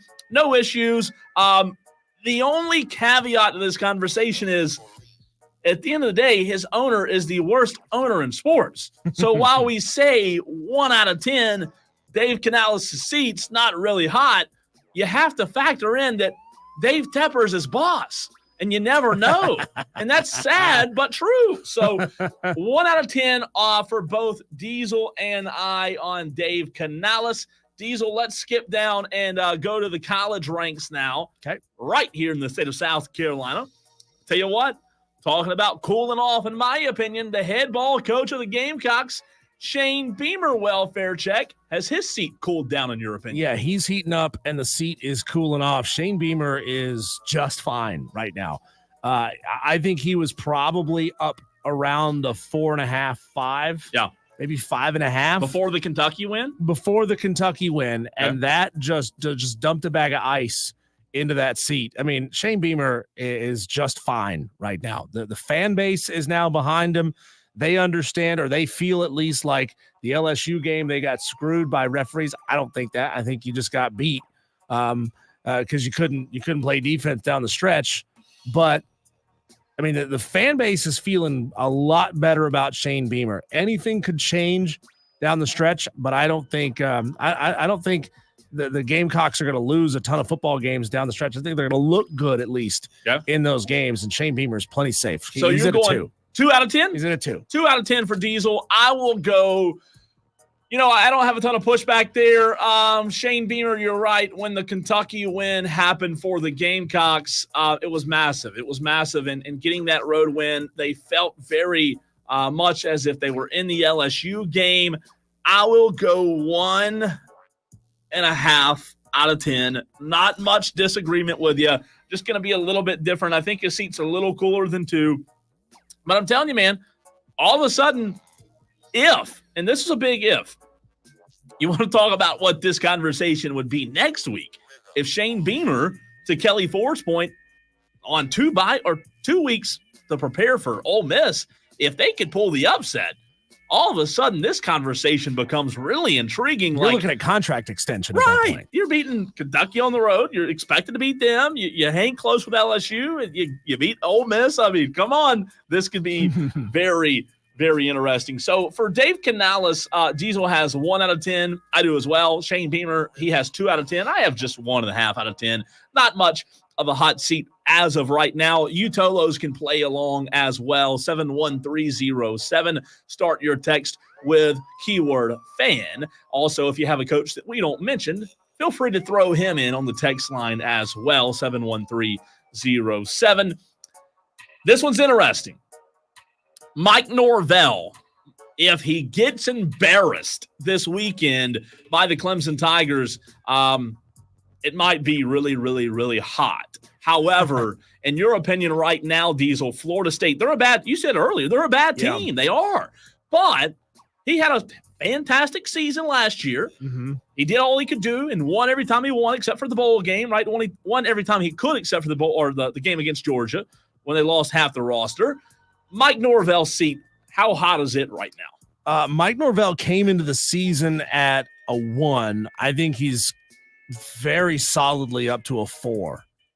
I mean, nobody could have predicted, not even a lot of Florida State fans, they couldn't have predicted that DJU was going to be this bad. Like, there was some that didn't have faith in them. There was some that thought, okay, he was okay at Clemson. Yeah. He was better at Oregon State. He's learned a little bit. He's down here in Tallahassee. So he's going to progress a little bit, right? And be a solid quarterback at Florida State. And he has sucked at Florida State. And of course, Mike Norvell's going to catch the blame for that. He's the one who handpicked him out of the transfer portal instead of going with the true freshman. Yeah. So I think Mike Norvell is probably sitting at a solid 4. Ooh. What happens with this game this weekend, the outcome could push him up to a 5, but I'm going to say 4 right now. A 4 out of 10 for Mike Norvell. It's so interesting because, like, when you talk about hot seat, Diesel, what you did last year does matter. Sure. But how does it impact where you are right now? I know that his contract and his buyout, that also matters, right? However, Diesel, when you talk about Mike Norvell, I am going 6 out of 10. Wow. I think his seat's smoking That hot. means conversations are happening behind the scenes. I think so, man. I think so. I really believe that Mike Norvell, for all he did last year, this has been a disaster. Not a Billy Napier disaster, not a Florida disaster, but it's in the same neighborhood. It's on the same course. I think when you cross the 7.5 threshold, that's when conversations go from private between big-time donors, because they know each other, right? They sit on boards and committees together. It goes from private to public. You know, they're texting each other at 5, 6, 7. When it gets to 8, they start making announcements like the one they made regarding Billy Napier saying, hey, the money to get rid of him has been raised. And then they don't pull the trigger until it gets to a 10. Yeah. Sometimes, we think it's a little bit lower, but it might be higher in their eyes. Again, this is the welfare check hot seat scale in terms of our eyes. We don't know what the actual pressure number is. I say 6 out of 10 on Mike Norvell. Diesel says 4 out of 10. If they, we both agree that Clemson wins Saturday. Let's say they get smoked. I mean, just mollywopped. How much do you think yours would change? Oh, I think it goes up. I think it goes up to a 5.5 at that point. Okay. I mean, fans know that they're having a bad season. They know that they're not good really anywhere on that team. Offense, defense, special teams. If Clemson whoops your ass, it's kind of expected at this point, right? Like Clemson has looked really good these last couple of weeks. Yeah, they have. And they're rolling right now. So, I mean, I know it's going to hurt. I know there's going to be a lot of fans saying, oh my God, the sky is falling in Tallahassee. But you kind of expect a loss to happen. Sure. I'm with you there. I think it would definitely get hotter. It's just fascinating in terms of how hot.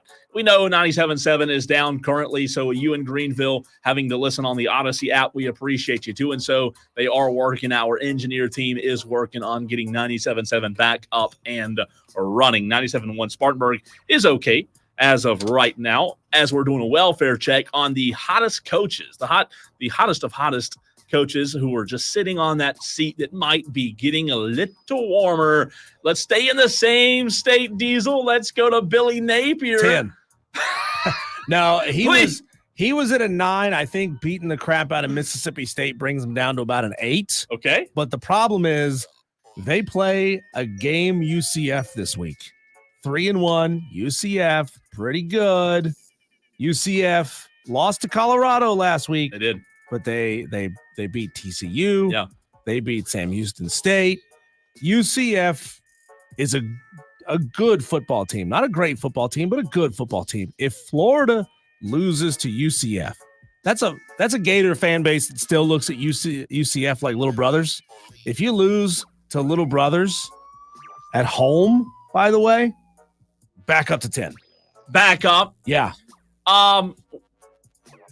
Do you remember off the top of your head? I'm looking now. The spread on this game, it was 2.5, if I'm not mistaken. Yeah, it's still 2.5. 2.5? 2.5. UCF 2.5-point favorites. UCF favored by 2.5. I'm with you. I don't think Florida fans are okay. So remind me again. Did you say 9 out of 10? Yeah. Well, no, I think I said an 8. 8 out of 10? Yeah. Billy Napier, we all know it's the inevitable, right? And the question is, what number does it have to get to for that decision to be made, whether that's during the season or after the season? You and I talked about this before the season started, and you said you expect them to be fired during the season. You play UCF, you have Tennessee. You're not beating Tennessee next Saturday in Neyland. You know that's going to be a loss. Diesel, here's where I think this could get interesting in terms of Billy Napier. They have UCF this week. They have Tennessee and then Kentucky. Diesel, if they drop a game to Kentucky at home in Ben Hill Griffin Stadium in Gainesville, the very next week they have a bye. Then they play Georgia. I could see if they lost to UCF, Tennessee, and Kentucky, drop 3 in a row, maybe they make a decision and can them during the bye week, October 26th, before they play Georgia, Texas, LSU, and Ole Miss back to back to back to back. But then again, what's the point in having an interim coach go get boat raced 4 weeks in a row by the Dogs, Longhorns, Tigers, and Rebels? You get time to start gauging interested candidates. But then again, I mean, agents know that the job is probably going to come open. Yeah. At the end of the season. I'm not sure that changing things now really changes much. I don't either. So I'm going 9 out of 10 for Billy Napier. I think it's as hot as it can be without a decision being made. I asked Chris Phillips about this one yesterday on the program, Diesel. Sam Pittman, Arkansas, they've shown signs of life this year. Yeah. I think this is a tough conversation for me to have. Sam's sitting around a 5, and he's been operating at about a 6 recently. I know that they lost to Texas A&M last week, but it was a tight football game. You beat Auburn. You beat UAB. I still don't think anybody's happy in Arkansas. But, you got Tennessee at home. Then you got LSU at home. There's going to be – I think they're going to lose 3 straight games, and that number is going to rise. But right now he's sitting around a 5. I'll go 6.5 out of 10 for Sam Pittman. Yes, he has shown signs of life. I just don't think, you know how we talk about South Carolina being a team that can pull some upsets down the stretch, right, and improve their record. Sam Pittman's not going to do that. No. Arkansas is not pulling an upset against anybody. Yeah, That's they've lost one. They're about to lose 2 more in a row. They'll win on the road at Mississippi State, and then they'll lose 2 in a row to Ole Miss and Texas. I mean, this is a rough stretch. You got to make a change. You got to make a change. He's at a 5 now, but at the end of the season, I think it rises to an 8. And lastly, we have to go to Boone. We have to go to your alma mater, Diesel, and talk about your guy that you really aren't fond of, Sean Clark of App State. Not a good season for the Mountaineers, obviously, right now. A ton going on with what Hurricane Helene did to that area. And I don't know if you allow the conversation to happen about do we kind of back off of this now with what happened with the hurricane in terms of hot seat talk, but give me your thoughts on Sean Clark. I think Hurricane Helene probably saved Sean Clark's job. Wow. Because, Cole, App State now sitting at 2-2, got embarrassed by Clemson, got embarrassed at home against South Alabama. Losing to Clemson, you expect it, right? You expect to keep that game close, but you don't expect to get embarrassed the way they did. And then to follow that up with an embarrassing loss 2 weeks later at home on Thursday night national TV to a program that you feel is far beneath you, the fans are grumbling, man. The fans are grumbling. And I know that Sean is an alum, and I know that everybody loves him and loved him when they hired him, but I was never sold on a former player getting the job without actually doing a coaching search. Now, I've heard rumors that there's a serious push to take all App State home games for the remainder of the season and play them in Winston-Salem. Wow. At Wake Forest Stadium. Now, how far is that? It's about an hour. That's not bad? No, well, maybe a little more. Maybe like an hour and a half. Okay. So apparently, I haven't looked this up to confirm it, but apparently all of App State's home dates align with all of Wake Forest's road dates. So it is allegedly feasible that it could be done. I don't know the condition of App State's campus. Now they're on the road this week at Marshall. I don't know if they could get things cleaned up within 2 weeks to be able to host a game, but the infrastructure up there is in such bad shape. Obviously bringing people up from the Asheville area, that's going to be a big problem. I have no idea what condition I-40 is in coming from Charlotte. What kind of condition was it 221 or 321 are in. So I've heard that they're doing that. And if they do, I think that saves Sean Clark's job because people will say, well, that's understandable, right? You're in a tough situation. It's just like the conversation I'm sure a lot of Burns fans are having with playing all their games on the road this year. So I'd say Sean Clark is sitting now at about a 4. Ooh, 4 to 5. Now, just remind me, their record right now is what? 2-2. Okay. Is that obviously one of those losses to Clemson? And South Alabama. Okay, that's right. With wins to East Tennessee State and East Carolina. Yeah, I'm with you there. I like the 4 out of 10. I just don't know, though. What's fascinating from my perspective is with Sean Clark, when you look at their schedule, Diesel, you said they're on the road this week. Yep. Obviously, the Liberty game got canceled. Marshall, Louisiana. It's probably Georgia a good thing State. because I think Liberty was going to boat race Well, that state. you might have been right there. Then they have Old Dominion, Coastal, James Madison, and Georgia Southern. Is this a situation from an App State guy where a 500 season or anything close to that, he's gone? No, but I think it severely puts him on notice. Okay. I think he's safe through this year, and he'll get next year. But well, then let me ask you this. On the flip side of that, what would have to happen this year for it to be like, oh, he's got to go? When you look at the rest of the schedule, I would say getting embarrassed a couple of more times. A close loss at Marshall, you're probably not gonna, turn up that dial anymore. But if you get blown out by Marshall, who's not a good football team, if you lose to Georgia State, who's not a good football team, if you lose to Old Dominion, and that happened last year when App State was pretty good, it turns up the temperature. Okay. Getting blown out by Coastal Carolina, who's pretty good still, getting blown out by James Madison, and then of course, Cole, you lose to Georgia Southern at the end of the year.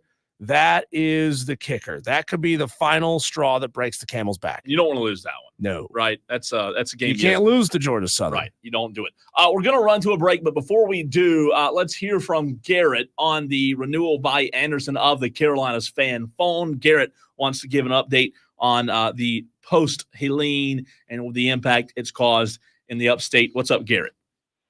How's it going, guys? Hope y'all doing well. Good, man. Hey, Garrett. Good. Yeah, my job is we're having a donation site for drop-offs, and we're going to take them to the downtown airport probably one day next week. But we're open from 7:30 to 5 tomorrow, and 7:30 to 5 Monday. And we're located in Greer off of Highway 80. It's 1708 Poplar Drive Extension. It's right there by GSP Airport. So we'll be glad to see anybody that can donate tomorrow. We'll take anything. So. And Garrett, for those who didn't catch that address, what's the name of your business so people, if they want to drop it in a GPS, they can find you? Yeah, it's AAA. It's AAA Supply. AAA Supply. Corporation. Yeah, it's a plumbing supply house. So it's right off of Highway 80 in Greer. Perfect. AAA Supply in Greer. Awesome. Thank you, Garrett. Garrett, thank you for letting us know about Appreciate you letting us know. Appreciate your company, your ownership, everybody over there for putting this thing together. That's fantastic. It's really fantastic and helpful. Cole, when we come back, I got something I'm mad about. Oh, no. I am mad about this because it pisses me off that we didn't think of this first, right? This was obvious. It's right there. And we didn't think of this. That's next on the Fan Upstate.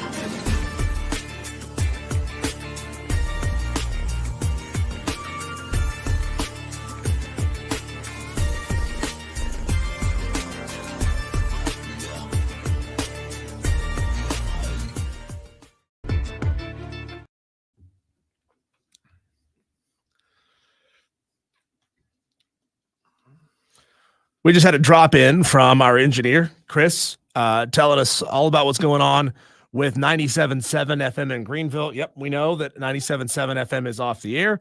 Don't worry, it is in progress to get fixed. So if you are listening in Spartanburg, you're good to go on 97.1. You can listen on the HD3 signal. You can also listen on the free Odyssey app and our sparkling, super powerful AM signals as well. I forgot AM 1330 AM. I forgot that existed. And what was the other one? HBCU? Is that what you said? It's WFBC HD3. Okay, gotcha.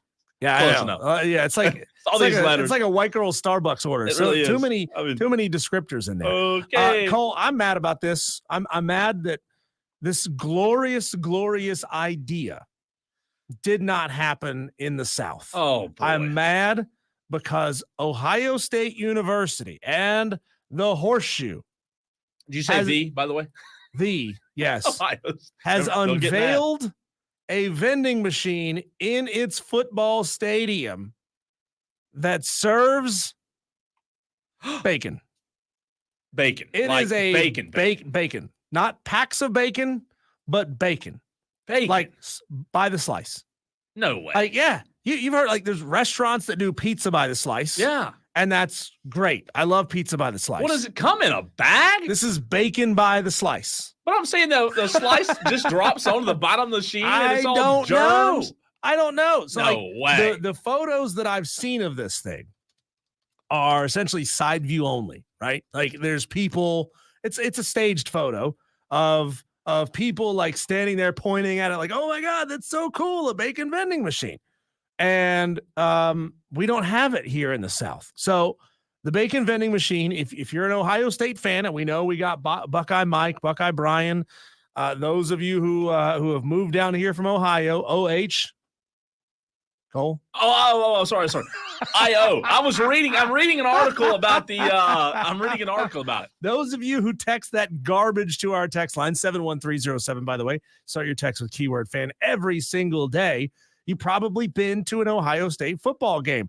It is in the South Stands, section 39A, and it is part of a partnership with the Ohio Pork Council. Ooh. So they have this vending machine. Now, again, I don't know the exact specifications, but from what I could gather from the article that I found and the social media post that I saw, it is bacon by the slice.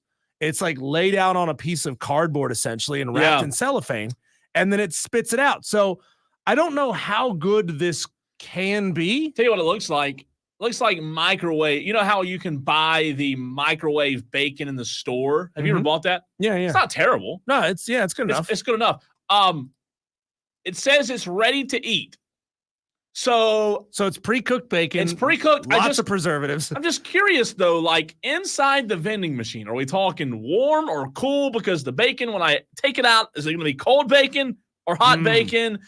I don't want cold bacon. Like, what if you press a button and then it lowers this thing down onto a little conveyor belt? Remember, like, you ever go to Quiznos restaurants? Yeah. Remember how they would put your sub on a little conveyor belt? It would toast it. Imagine pressing the button, Quiznos, and in like 30 seconds to 60 seconds, a warm slice of bacon rolls out of a conveyor belt. No, better than that. Imagine that. Imagine being in the stands at an Ohio State game. Oh, my God. You're sitting there and everybody's, cheering and yelling, and you look over and the guy next to you pulls out a slice of bacon and just starts eating the slice of bacon. I mean, what in the world? Look, I know that we've all been through something tragic and traumatic here in the last couple of days in the upstate and in Western North Carolina. Sure. But tell me that a piping hot slice of bacon wouldn't make your day just a tiny bit better. But you know what the $1 million question is, though, don't you? Is it any good? No.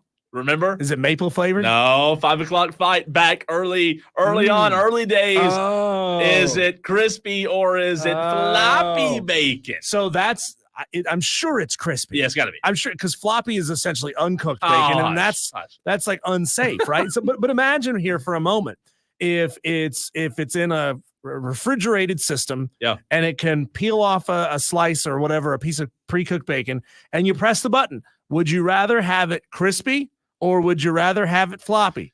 And you get to choose, and it rolls out of the conveyor belt. God, that sounds like such a great. good idea. Be great. You know, you could have maple flavored, applewood smoked, all those different options right there in a vending machine. That's a brilliant idea. It is. I'm all for God. it. I don't know. It did. To your point, it does stink that the North, that those Northerners up in Ohio came up with this before we did in the South. It stinks, but it smells so good. That's true. The thing. That's it true. Smells like bacon. I'm mad. Yeah. So the question is, Cole, if we were going to go to local stadiums here in the Southeast, if you could find something unique to put in a vending machine at Clemson's Death Valley, at Williams-Brice Stadium in Columbia, Eastern North Carolina for like ECU, what would you put in the vending machine? Wait a minute. I've just thought of something. I've never seen a vending machine in a football stadium. Have you? Yeah. So they're starting to put like the dollar bottled water vending machines in there because really, how many people, hundreds, stand in line to get water? Everybody. And it would be so much easier to go put in $1 and have it spit out of water. I didn't know that. Yeah, and it's, I guess, taking a little bit of the stress and strain off of really, really busy concession stands. Well, that makes sense. It's a great question.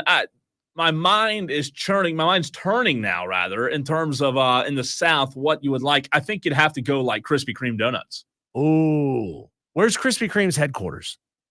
It is Charlotte. I don't know. I think it's North Carolina. I know that. Is it? I think so. I don't know. That's a good question. Where? Googling on the fly. I have no idea where it is, but I'll tell you, you especially in the wintertime. Charlotte. Is it really? So we would have to give that to the Charlotte 49ers? Or the Carolina Panthers. Come on. No, I can't be down with that because I would actually want to go to a Charlotte 49ers game. Imagine being able to drop in $1 and get a piping hot, fresh glazed donut. That's all it sells is glazed donuts. But man, that would be so good. I'm telling you, that'd be I mean, if it was in Boone, it would pop out an ounce of weed, because that's what they like up there. But, I'm telling you, donuts be hard to beat. I don't know. East Carolina, how about like 3 ounces of chopped pork barbecue? Oh, yeah. With like a mustard sauce on it? Barbecue sandwiches. Yeah. Pre-made. Bucky's vending machines. Oh, my God. How about that? So do we know anybody at Bucky's? What do you mean? Like, do we know influential people at Bucky's that we could get on that? I don't know, but we need to. Is anybody from Bucky's listening to the show? Please, let's get on that. Pork sandwich vending machines. Tell me that wouldn't be great. That'd be great. Gotta figure it out. Sandwiches or a brisket sandwich. Tolo Steve says go Buckeyes. See, Tolo. you can't say the words Ohio State out loud. It's like in Anchorman when he blows the horn. Brr, brr, news team assemble. As soon as you say the word downstairs, Buckeyes. There's a line of them in the parking lot. They formed the line downstairs. There's a bacon vending machine in the parking lot. Yeah. I don't know. I mean, Is there something unique to Clemson and the upstate of South Carolina, a food item that's unique to here that we could put at Death Valley? I think when people go to Clemson, a lot of people do eat at Smoking Pig. So barbecue is definitely kind of a staple in Clemson because on the way there, depending on what way you go, sometimes you don't pass a ton unless you're going to eat like fast food or something in downtown Clemson. But I don't know. I'm all for the vending machines, especially with unique choices. But I don't know that I can think of anything because here's the deal. I think you and I have talked about this. I'm not a big hot dog guy. I'm just not. I'm not a big hot dog guy. If it's the only thing at a barbecue or a party, I'll eat it. But I've just never woke up and craved a hot dog. It's never happened. How about one that's making a Carolina slaw dog, like chili cheese and coleslaw? Yeah, I'd just rather eat a piece of pizza or something, or a burger. I'm not a hot dog guy, man. Hot dogs are way overrated. They really are. I mean, it's time to claim that and put that out there. They're just overrated. It's a hot bunch dogs? Yeah. Oh, come on, dude. No, it's just a bunch of ground up meat. Is a brat better in your mind? Oh, way better. Way better. I'm a brat guy, yeah. Brats give me heartburn, though, but I eat them all the time. See, pizza gives me heartburn. Yeah. So what about App State? You said weed? Yeah, it'd be a nug of weed. God. Yeah. That's couple positive. grams. Yeah. Let's see here. Texter says, I don't know if Texter put his name on it. He did not. But it was Brian Andrews got your ECU Charlotte pick from earlier. He says Magnum size PB&J Uncrustables Strawberry or grape. You know what's your choice? It's not a bad idea. Is this what they'd sell at App State for all the stoner kids? Just the ones that are a little hungry. I don't know. I'm not a hater of Uncrustables, but look, I think sometimes you need 2 or 3 of them just to get you over. It's true. But I don't think anything will beat the Krispy Kreme donuts. That's true. Hey, we got Clay Hendrix coming up at 6 o'clock. Just a heads up for you Furman Paladin fans. He's going to be joining us at 6. So very interesting conversation we're going to have with him. It absolutely will be. Well, the question we have to go here, where do we go from here? What do you do now? The Atlanta Braves season, it's come to an end. So the Atlanta Braves have some difficult decisions to make in the offseason. Max Fried, what happens with him? Do you add some guys to that bullpen, to the pen that wasn't the best this year? Where do the Braves go now, Braves fans? You chime in next.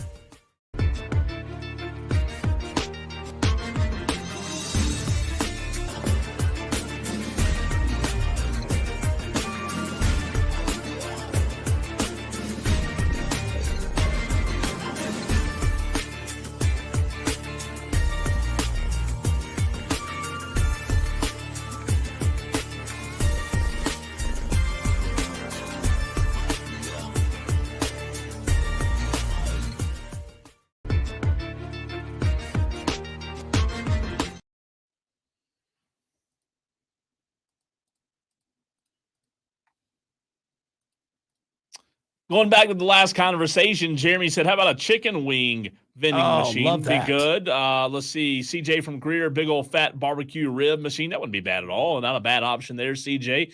Nice. Speaking of CJ from Greer, he chimes in on the Atlanta Braves question, conversation, remarks, depressive thoughts, everything that goes along with the Atlanta Braves. The season's over. It ended last night. I said it was over a few days ago because it felt like it's been over for a long time, Diesel. But the Atlanta Braves, they did have to go play 2 wild card games. They didn't really show up in either one of them. 5-4 loss last night to San Diego, a really good team who will now have to go play the Dodgers. How can you say they didn't show up against the Padres? 5-4 on the road. No, they didn't show up. Pitiful. It sucked. I'm telling you, they didn't show up. They were just there. They were not consistent. Look, it's not the outcome that the Braves fans want, obviously. No. But I think Brian Snitker actually deserves a lot of credit for winning. What did he win? 89 games this year with a roster that was completely decimated by injuries. No, I don't. I'm just, you know how I feel about Brian Snitker. you know how I feel. I'm just trying to talk you down off the ledge and let you know true. why they're not going to move on. CJ from Greer. Oh, no, they're not. I agree with you there. CJ from Greer says Fried and Morton are gone. Braves will be shopping for a right fielder and shortstop as well. CJ, I absolutely agree with you. Listen, Morton should be gone. Morton's are they going to re-sign him to a $48 million 1-year deal, right? And overpay for him again. I'm not worried about Charlie Morton. He's old. They overpaid him the last time they paid him. Max Fried, though, I will say this. Last night in the first inning, the Braves went up 1-0 in the top of the first, bottom of the first inning. Max Fried was in a pickle. And I mean a serious pinch where the bases were loaded with no outs, and it looked as if the Padres were going to bust that thing open in the bottom of the first inning. However, I did see Max Fried. I did see vintage Max Fried last night in the bottom of that first inning, get out of that and not allow any runs. Obviously, he did allow some before he was pulled. However, I still think Max Fried's worth whatever he'll get. I know that the Atlanta Braves may not be able to afford the guy or just may not want to pay top dollar. I think he's going to go back home to San Diego where he was drafted. They showed that picture last night of him being drafted wearing that San Diego Padres ball cap. I don't know if LA can get him. It's interesting. Obviously, all big-name free agents go to LA, but I think San Diego is a better landing spot for him. I'd love to have him back, but he's going to cost you. I would, if I'm AA, I would re-sign him. I think he's too valuable not to. So, Diesel, it's tough. The Braves season, they have a long offseason ahead. As you said, no, Brian Snitker's coming back. I don't like him, but that doesn't mean anything. Everybody there in Atlanta, they still are a Brian Snitker fan. However, when you get knocked out of the wild card and 2 games as quick as they did, there are going to be a lot of questions in terms of what the Braves do this offseason. This is going to be a big offseason because they still have a lot of talent, and next year's team's going to be expected to go make a run. Yeah, they're going to have to build in some serious depth on that roster in some places where they know they're thin, they know that they're injury prone.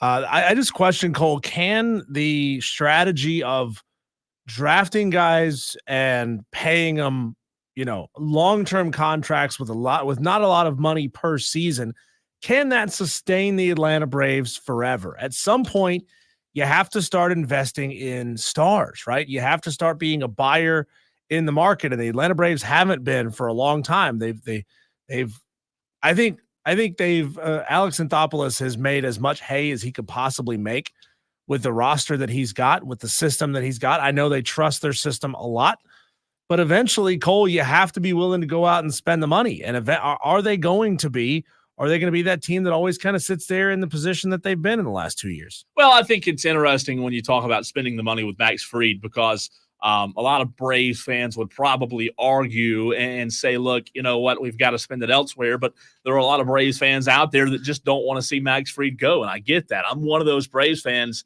I don't want to see him walk. I just don't. I think he's too good of a pitcher. He's been tremendous. You don't win a championship in 2021 without him. He was an integral part of that squad. So I don't want to see him go. I really don't. But to your point, you got to spend the money somewhere. And to CJ and Greer's point, shortstop, you might be looking. Right fielder, you might be looking.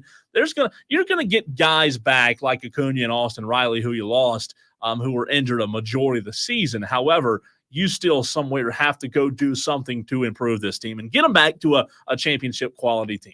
Cole, when we come back, we go up to Travelers Rest and talk to Clay Hendrix, head football coach of the Furman Paladins.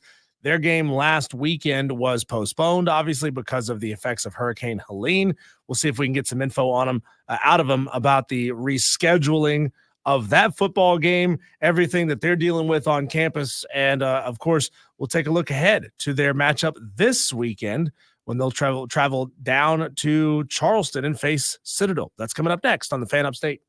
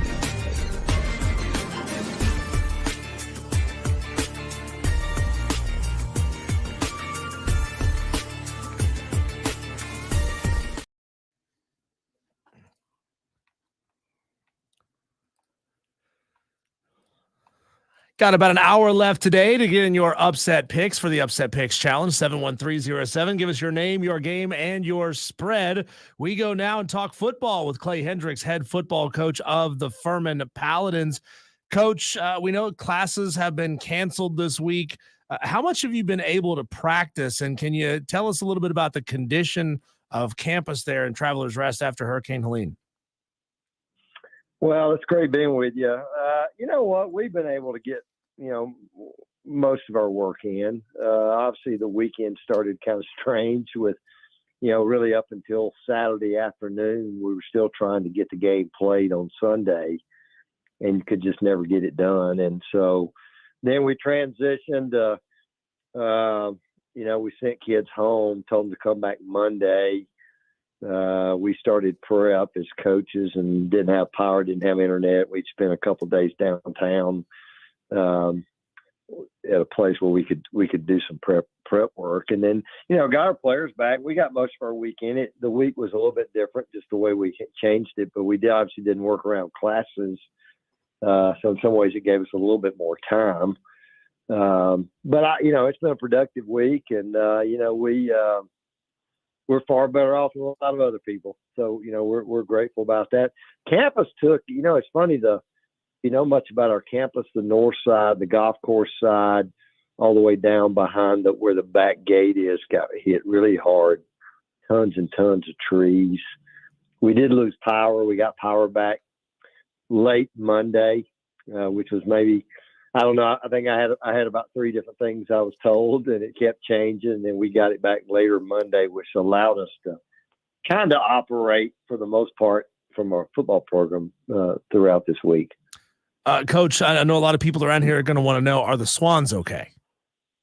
I hadn't seen the Swans. I haven't been over there this week, but I'm sure the Swans are probably okay. It's funny, the side of campus we're on over by the stadium, some trees down. It's really, which we have a big campus, but it's funny that, like I said, the north side seemed to have gotten it much worse than other part of it. But lots and lots of trees, and so really that, and just the loss of power.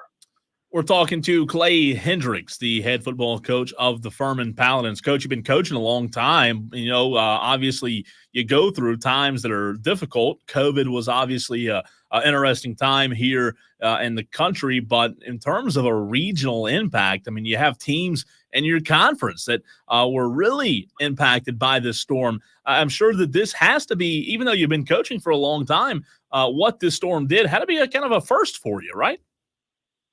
Well, yeah, it's interesting. I have been doing this a long time. I remember 89. That was, when Hugo came, that was my second year coaching.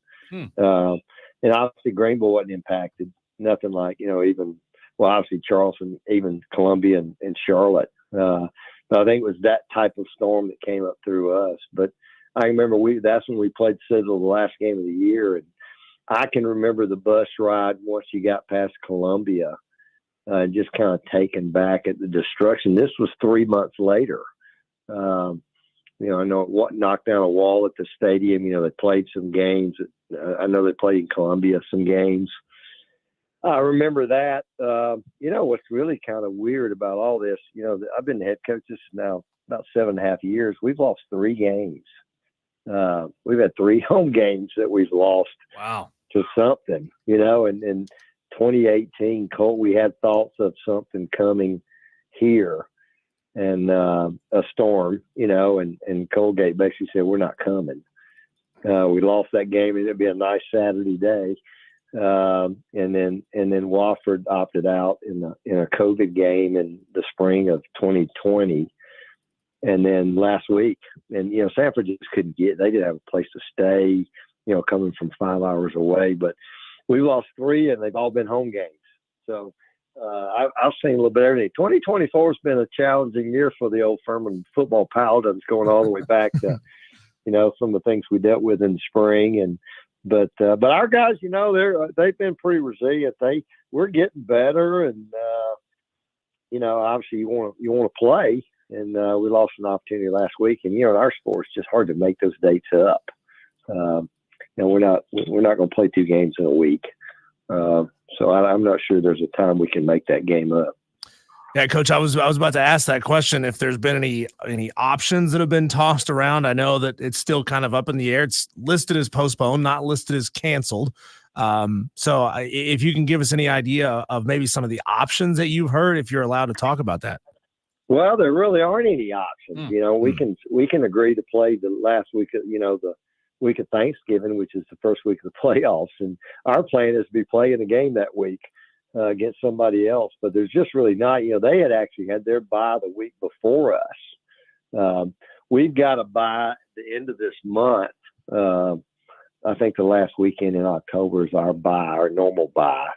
So I don't know how we could make that game up. Could we go try to find another game that week?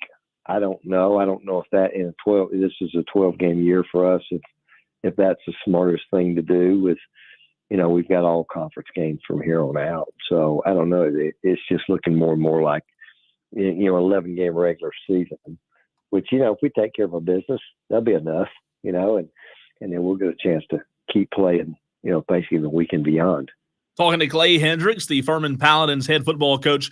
You mentioned it just a few moments ago, Coach, about 2024, going all the way back to the spring, a tragic loss and a tough year for you guys. Now facing this and the Ole Miss game, actually on the field, a very tough game. We all knew what that was going to entail. But have you noticed the spirit or the demeanor of your guys changing at all, like a roller coaster, or has this group that you have this season, have they been pretty level-headed, having to handle a lot?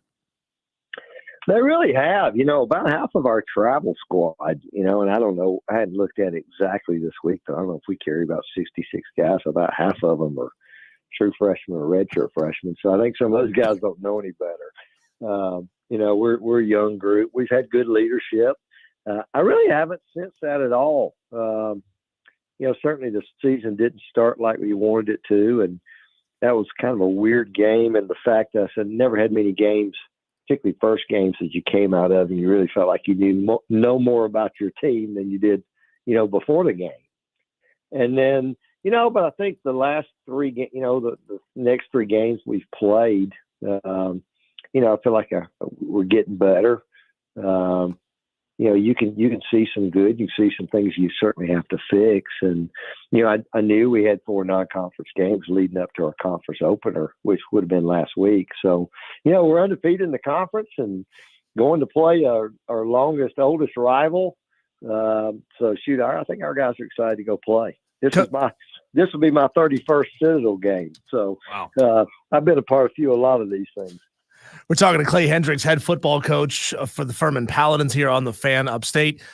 Coach, one thing I always have taken away this past season or leading up to this point in the season for the Carolina Panthers and head coach Dave Canales is being stubborn about running the football. And so far through 4 games, it seems like the passing game is really taking off for your team. Joshua Harris has had a heck of a season, 257 yards for him.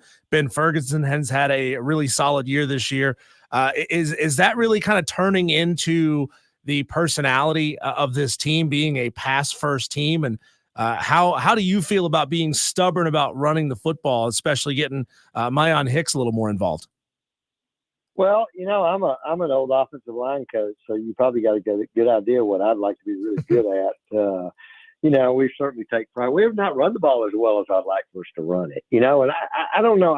I've tried to, as a head coach particularly, I just use the word balance, and balance doesn't mean 50-50. But I tell you, one of the things that does excite me is the ability, you think about this, and in 4 games, we've had more explosive plays than we had all of last year. That was a pretty good football team. Now, they won games different ways. And a lot of those have been in the passing game, this year. So I think we've got as talented a receiving group as we've ever had in all my time here. I think our quarterback, the young, Trey Hedden is really talented. I think he's getting better every week. I think he works at it. He's been a good teammate, and although I think he's only going to get better. And I think one of the things we saw last year, we lost 3 running backs to injury throughout the year, and we got into a situation later in the year where we felt like we were playing a phone booth every week, and I think a little bit's taken again what people give you. So if we're going to continue to get opportunities to get the ball down the field, I think that'll help our running game. And yeah, I would like to get a couple more of those guys. We've been playing as many as 4 backs, and I don't know, maybe we need to get 2 guys and get them more carries. I don't know.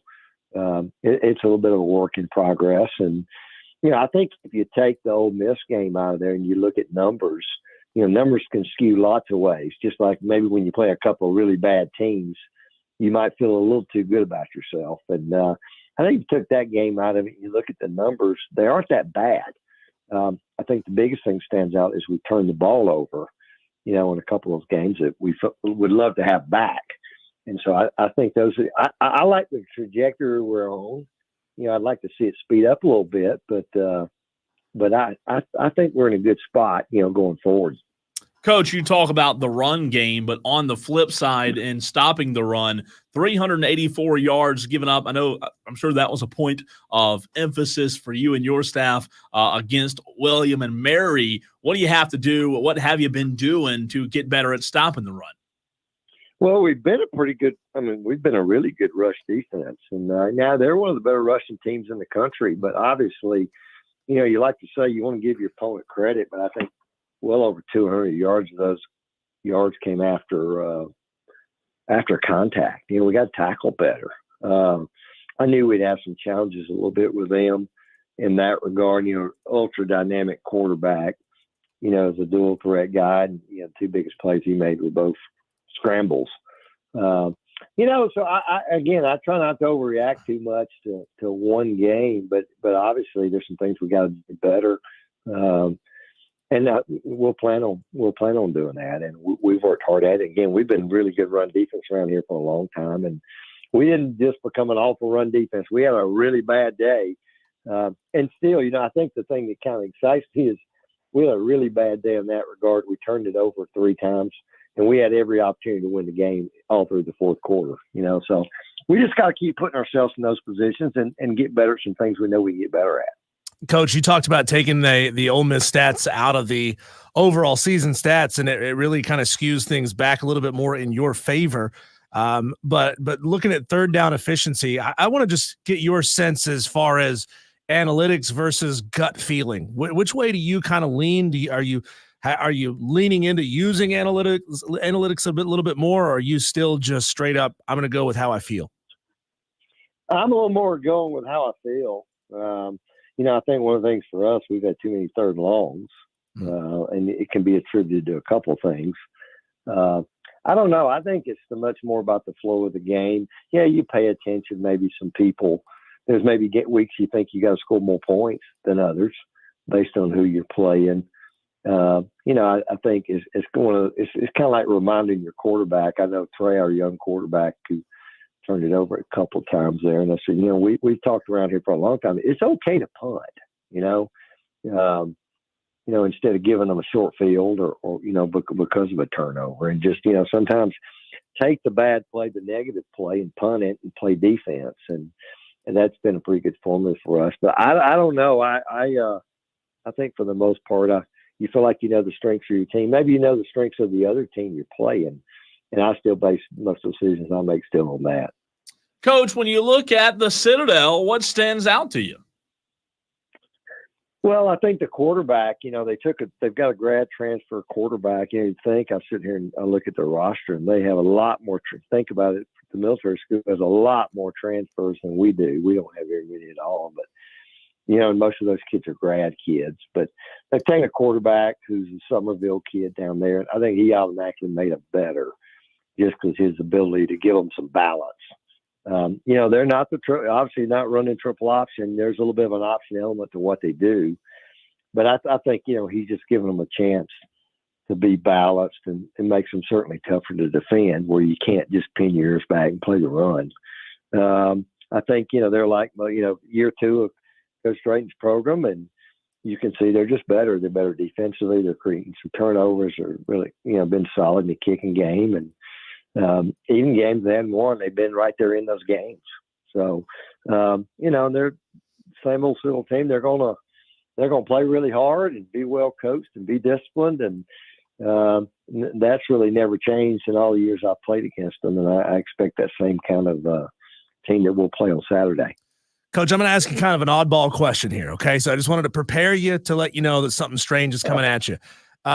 In our last segment, last hour, we talked about bacon vending machines that are now installed at Ohio State's football stadium. I just wonder if there's anything that Coach likes that he would love to see installed or for sale inside a vending machine inside Paladin Stadium. What would it be? That sounds pretty good to me. I'm Right? a big bacon fan, So, man, I don't know if you'd have asked me that without telling me that. I would have said that. But now that I heard it, that sounds like a pretty good idea to me. Better than Krispy Kreme donuts? Yeah, I think so. I don't feel as bad about myself. Yeah. Maybe I'm totally wrong.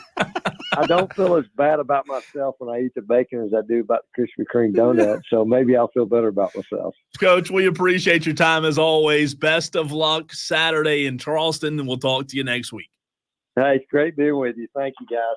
That's Coach Clay Hendrix. You know, if you go on Pelham Road, you can go to a donut shop right across the bridge and get bacon on donuts. Yum. Yeah, And why can't we just combine both of those You still things? hadn't had those, have you? I've had bacon on a donut before. From the Quacks? The Quack Not that Donuts? one. No, Not no. that one, no. But I've had bacon. It's like maple bacon on a donut. Dude. Well, let me tell you, I might have to swing by Pelham Road tomorrow. A little Friday donut. Because I'm telling you, man, they're this game changing. Now, you do not feel good about yourself when you do it. There's nothing good. It's called umami. Did you know that? No, I didn't. Umami. Who's mommy? Yeah, your mommy. Umami is it's the flavor. That's actually a scientific. I didn't make this up. Okay, It sounds like you did. Yeah, it's not. It's like oh, mama. Can you spell it? UMAMI. I think is how you spell it. It's an actual like your taste bud can pick. Your taste buds can pick up sweet, salty, savory, all those kinds of things. Umami is the flavor profile, whatever that your tongue can pick up, that bacon is so super high in. Somebody just was eating something one time and said, "Oh, mommy," and they named it that. I mean, that's what it was, really. But those bacon maple donuts, let me tell you. Umami is a basic taste that is often described as savory, meaty, or brothy. It is known as monosodium glutamate, and foods that have a high level of the amino acid glutamate, like mushrooms, miso, seaweed, Parmesan cheese, and bacon, have a high amount of umami. Well, I learned something new today. I'm glad I can go home and feel good about myself because I learned something new. Put it on the refrigerator at home. It's umami, but in South Carolina, it's called oh mama. It's called oh my goodness. That was good. We're going to play a new game, Diesel, when we come back on the other side.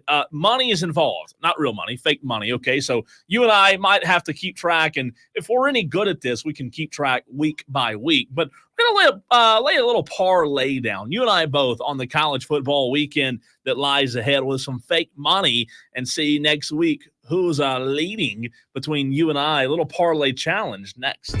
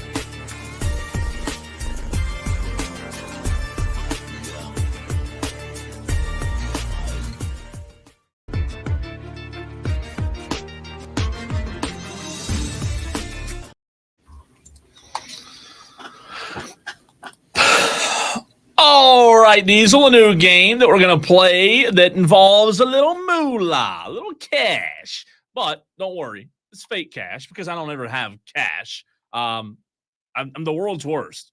Whenever you need cash, I don't have it. You don't like fold up a 20 and put it in your sock? No, I just don't. I need to. I said after the storm, should. I need to start putting cash away. I don't. But it's, maybe I'll start. You're Maybe I'll put start a being shaving cream can under your bathroom sink, right? Yeah. That way nobody will ever look there.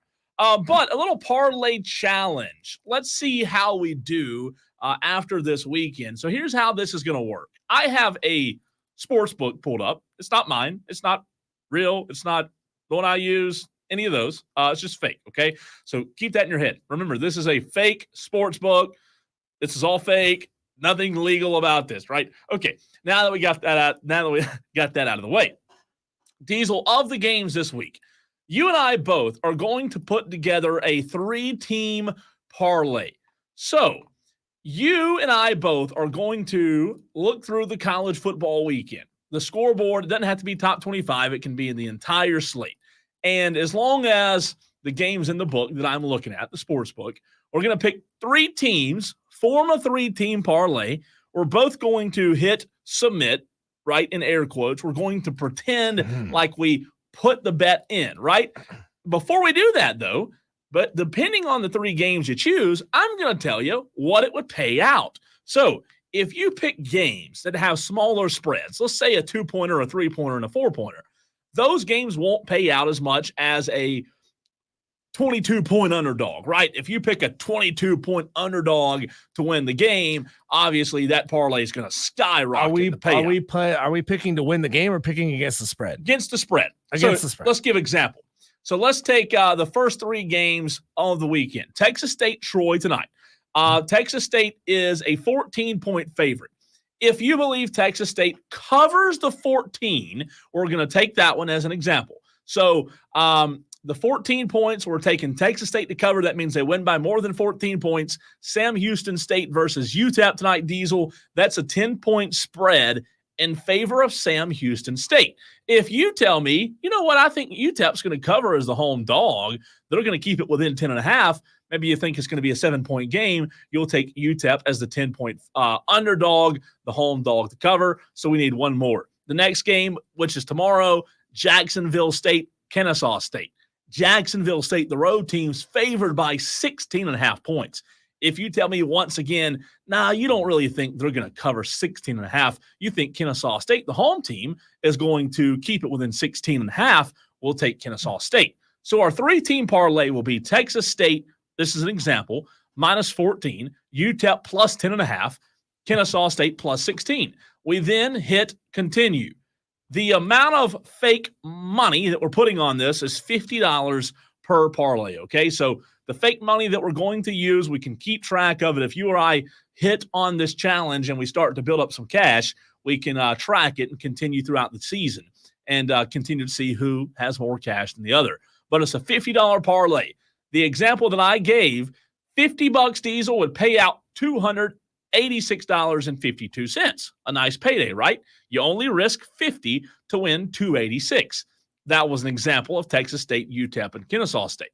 So you pick 3 games that you feel good about, and I will make sure I have them in my fake sports book that I found just folded up over here that I've never seen before in my life. And then we'll put $50 on it. We'll keep up with it and see how we did on the other side. Again, we're fake hitting submit. We're not really hitting submit, but we'll see how we did on Monday. So we now have to look through the games and find a 3-leg parlay. I sometimes do 4 or 5. Which makes a tripod. Right, that's a tripod. But the problem with doing more than 3, Diesel, is, as you know, the more teams you add, the chances of hitting the parlay go down, right? Sure. It's hard to pick. Hell, I can't pick one game for the upset picks challenge, right? So it's hard to pick 2 and 3 and 4 and 5.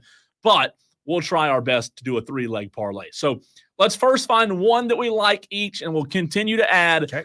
If you want to go first and give me one that you like, I will find it, and we will add it up and see what the payout is once we find 3 per person. Okay. I like Syracuse covering. Okay. Plus 6.5. Plus 6.5. Got Is there any difference between just covering or winning and covering? Just betting for the cover. No, just betting the cover. Yep. I think Syracuse covers 6.5. Well, there is a difference. I'm sorry. So if you think they're going to win, great question, by the way. If you think they're going to cover the 6.5, the money is minus 110, which means it's a pretty even line. Yep. If you think they're going to win outright, it turns from even to plus money, which is plus 199 odds, which would be a bigger payout. So if you think they're going to win, I think they're going to win and cover. Okay, gotcha. Yeah. So then I'm going to take if you think they're going to win, I'm going to put the plus 199, which is the outright money line win for the Qs. Okay, that'll increase your payout a lot.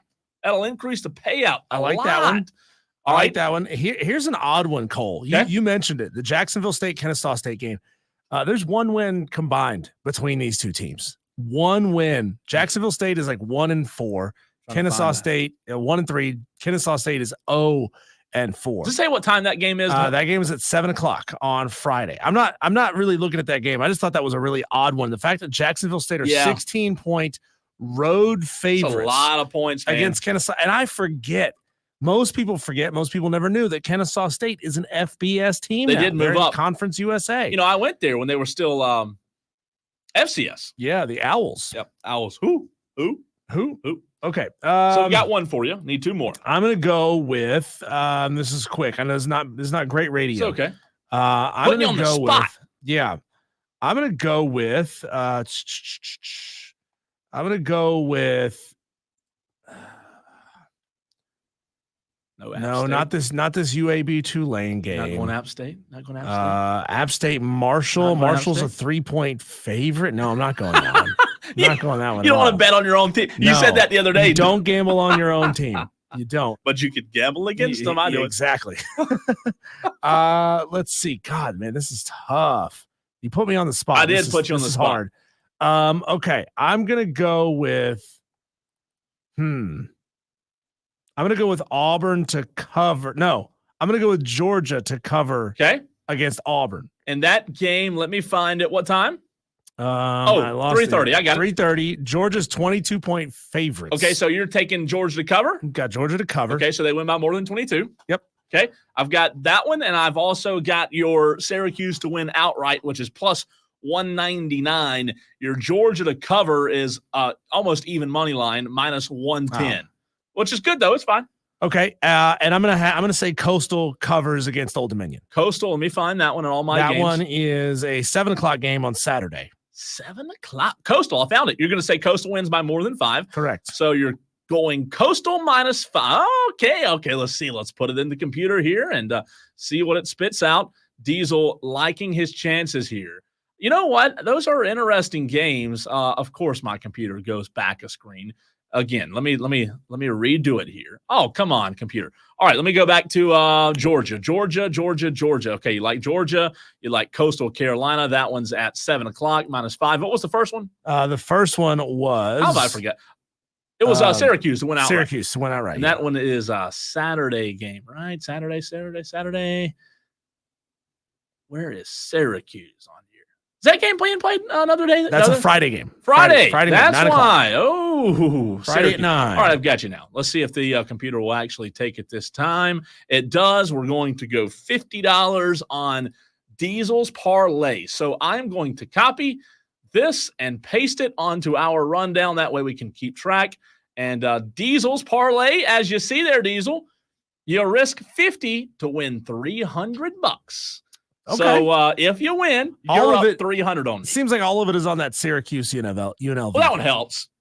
Because it's because it's plus money, right? So what's the money line situation on that Coastal Carolina to cover? Hey, hold. You pointed something out. I clicked that wrong. I clicked Syracuse spread, not money line. So now that will change it. Thank you for correcting me. Well, I wasn't asking specifically. But you said Syracuse will win the game, right? I said they outright win. Okay, so let me fix that. That was my mistake. $50. Let me change that. And now you're betting 50 to win. 488. Okay, I Diesel, like it. That's good. I like it. That's a good parlay because you're basically only risking $50. And if you win the 3-leg parlay, tenfold. 488. I could go up tenfold. That's tenfold. That's a lot. That's a lot more than 50. So you'd be sitting pretty. I like money. No, it'd be great. I like that. Okay, so I'm going to keep track of that. That's a good parlay. I don't hate that one. Again, Diesel had Syracuse to win, Georgia to cover, Coastal -5, $50 of fake money would pay out $488. So we'll see if Diesel can win the $488 and see who wins the challenge next week. Or, how much would by itself, picking Coastal to cover? How much is that worth? Coastal to cover. That's a good question. You said they play at 3 o'clock or 7 o'clock on Saturday. 7 o'clock on Saturday. Coastal Kakalaki to cover the 5.5, a straight bet. If you put 50, I believe it's even money, so it should be 50 to win 50. It is 55 to win 50. So you risk 55 to win 50. That would be for Coastal Carolina to cover the 5.5. Now, I don't understand why App State is the underdog. Can you explain that to me? They got blown out by South Alabama and Clemson. Yeah, but Marshall's no good, are they? I don't know much about Marshall. Marshall? I'll tell you what. Marshall's 2-2, so these are probably two fairly evenly matched teams. Let me see if I can dig into some of the analytics on this. Marshall, their last 5 games, they beat Western Michigan, got stomped by Ohio State, got beat handily, 2-touchdown loss on the road at Virginia Tech, and then something called, I don't even know what school this is. STBK, Stony Brook. They I've heard of Stony Brook. Beat the crap out of Stony Brook 45-3. So their schedule's been kind of all over the place. Stony Brook. And it's a road game. It's at Marshall. So I understand why. Yeah. Marshall's a 3-point favorite. App State is, I can't understand what's going on with this team this year. They got a lot of talent on the roster. And like you look across the board, I think it's just that they're very, very weak running the football, and the secondary gets blitzkrieged every game. Well, here's my 3-teamer. So Diesel's is Syracuse to win the game against Georgia Tech, Georgia -22, and Coastal -5. $50 would pay out $488, which is a nice payday. My 3-teamer Diesel is Alabama -23 against Vandy. Yeah, to cover. Okay. So that means they would buy more than 23 points. I have Duke +9.5, which means they keep it within 9. I like that one a lot, by the way. That was your upset picks challenge. And then my last, App State +3.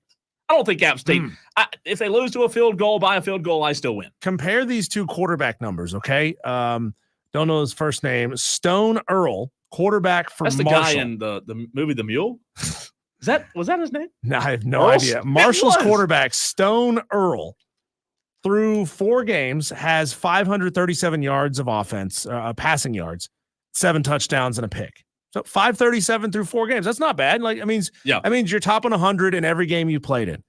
Compare that to Joey Aguilar for App State, who has 1,230 passing yards through 4 games. So Joey Aguilar's slinging the ball. Yeah, he is. All over the place. 1,000 yards of offense. That dude's throwing 250 plus per game, averaging. But that's a big difference. But the defense sucks. They can't keep them in ball games, and they can't run the ball. I don't think the App State secondary is that good, is it? No, it's not. It's terrible. Terrible. So my parlay of App State +3, Bama -23, and Duke +9.5, $50 will win $300.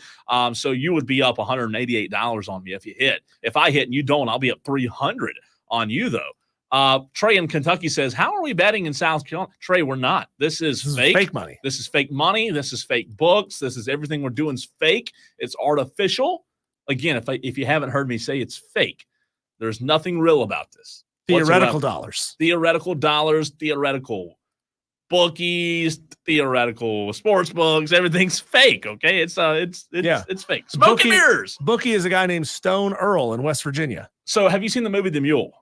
Is that the with what's his name? Clint Eastwood? Clint Eastwood. Yeah. I love that movie. Okay, his name. All right, hold on one second. This is gonna drive me crazy.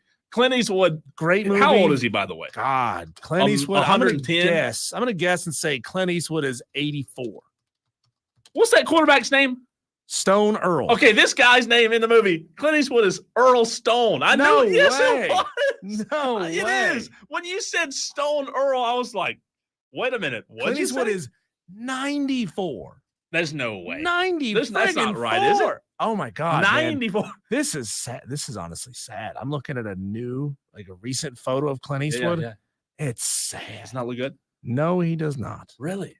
No. But that was a great movie. I thought he did he directed that movie and he great movie. Scripted it, and he was the main actor. It was a great movie. And that was his name, Earl Stone. Now you're telling me a quarterback's name is Stone Earl? I'm looking at pictures now. Look out for Bryson Cole. Yeah, that's true. I actually knew a guy. Yeah, I'm looking at a picture now. You're right. That's God, he looks 94. No, he looks 104.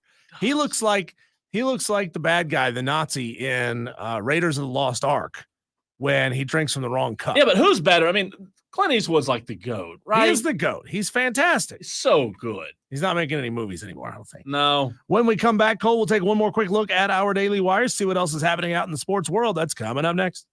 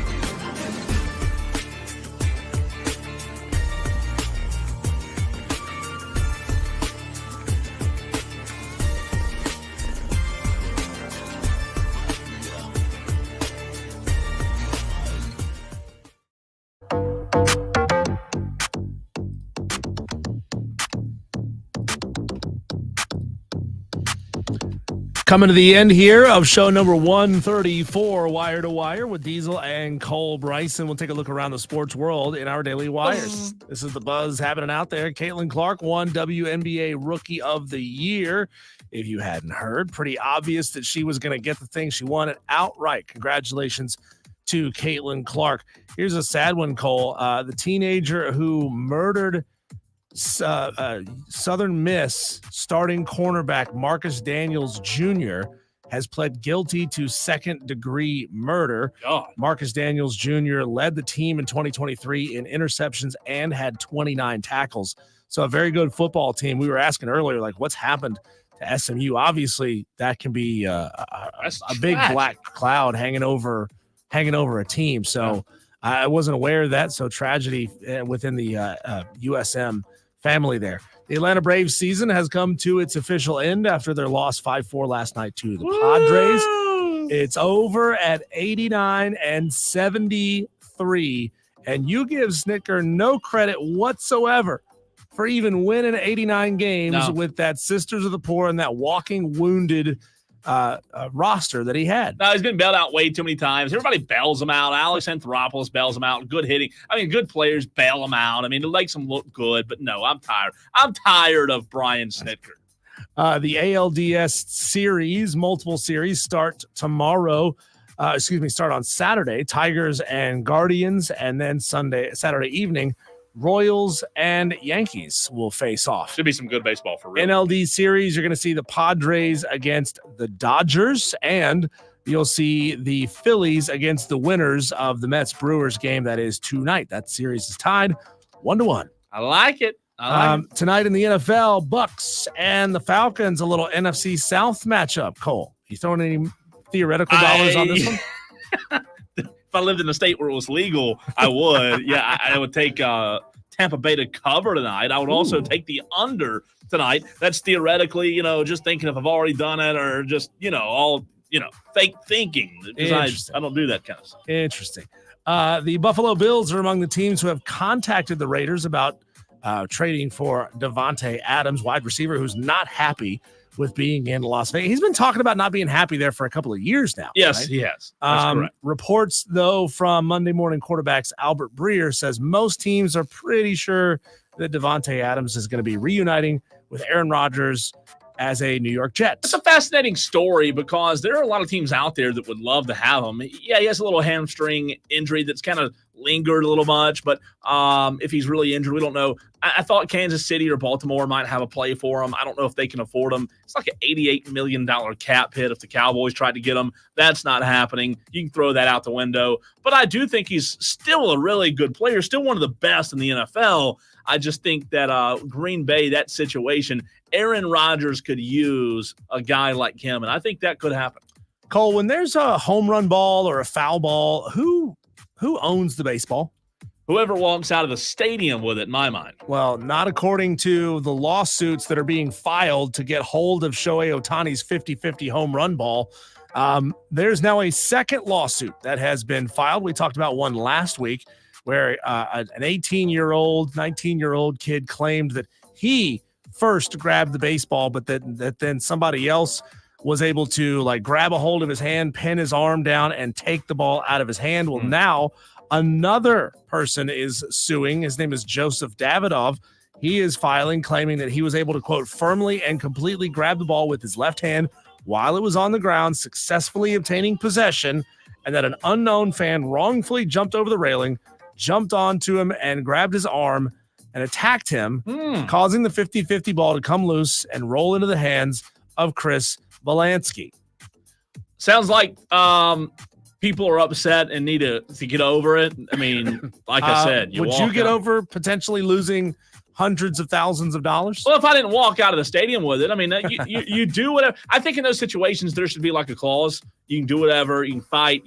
No weapons, but we're not going to break it up. This has the potential, Cole, to be precedent setting. Yeah, it could be. I don't know if any lawsuit of this kind has ever been filed. I mean, you're going to be going to cell phone footage, security footage, anything that you can see to see who had their hand on the ball and when, and using that to establish ownership of a home run baseball worth hundreds of thousands of dollars. Sure. Let's see. Bally Sports. This is big if you're a baseball fan. Bally Sports has announced they are not going to be carrying 11 of the 12 teams with which they recently had contracts. They are holding on to their Atlanta Braves contract. So I'm sure you're not going to get a discount if you're a Bally subscriber to watch the Braves. They're just going to lose. You're just going to lose 11 of the 12 teams that you might be watching on that platform. The Athletic reports that Major League Baseball felt blindsided by the announcement. And finally, Cole, a music legend, Stevie Nicks, is teaming up with the flavor of the week, Jason Kelley, collaborating on a new Christmas album. You going to listen to it? No, I wish you wouldn't have put it in the Daily Wire. I'm so sick of hearing his name. Me too. I'm so sick of it. Sucks. Gosh, he's the worst. Done with it. But a little football tonight, Diesel. Not just NFL, but how about I'll be watching college football tonight? I'll be watching so I have to watch Prime, obviously, right, to get the NFL game. So I would rather watch that. However, I don't know if Texas State Troy moves the meter enough for me to watch that. But should be a fun time. We'll see you tomorrow, a Friday edition of Wire to Wire coming your way. Tolo.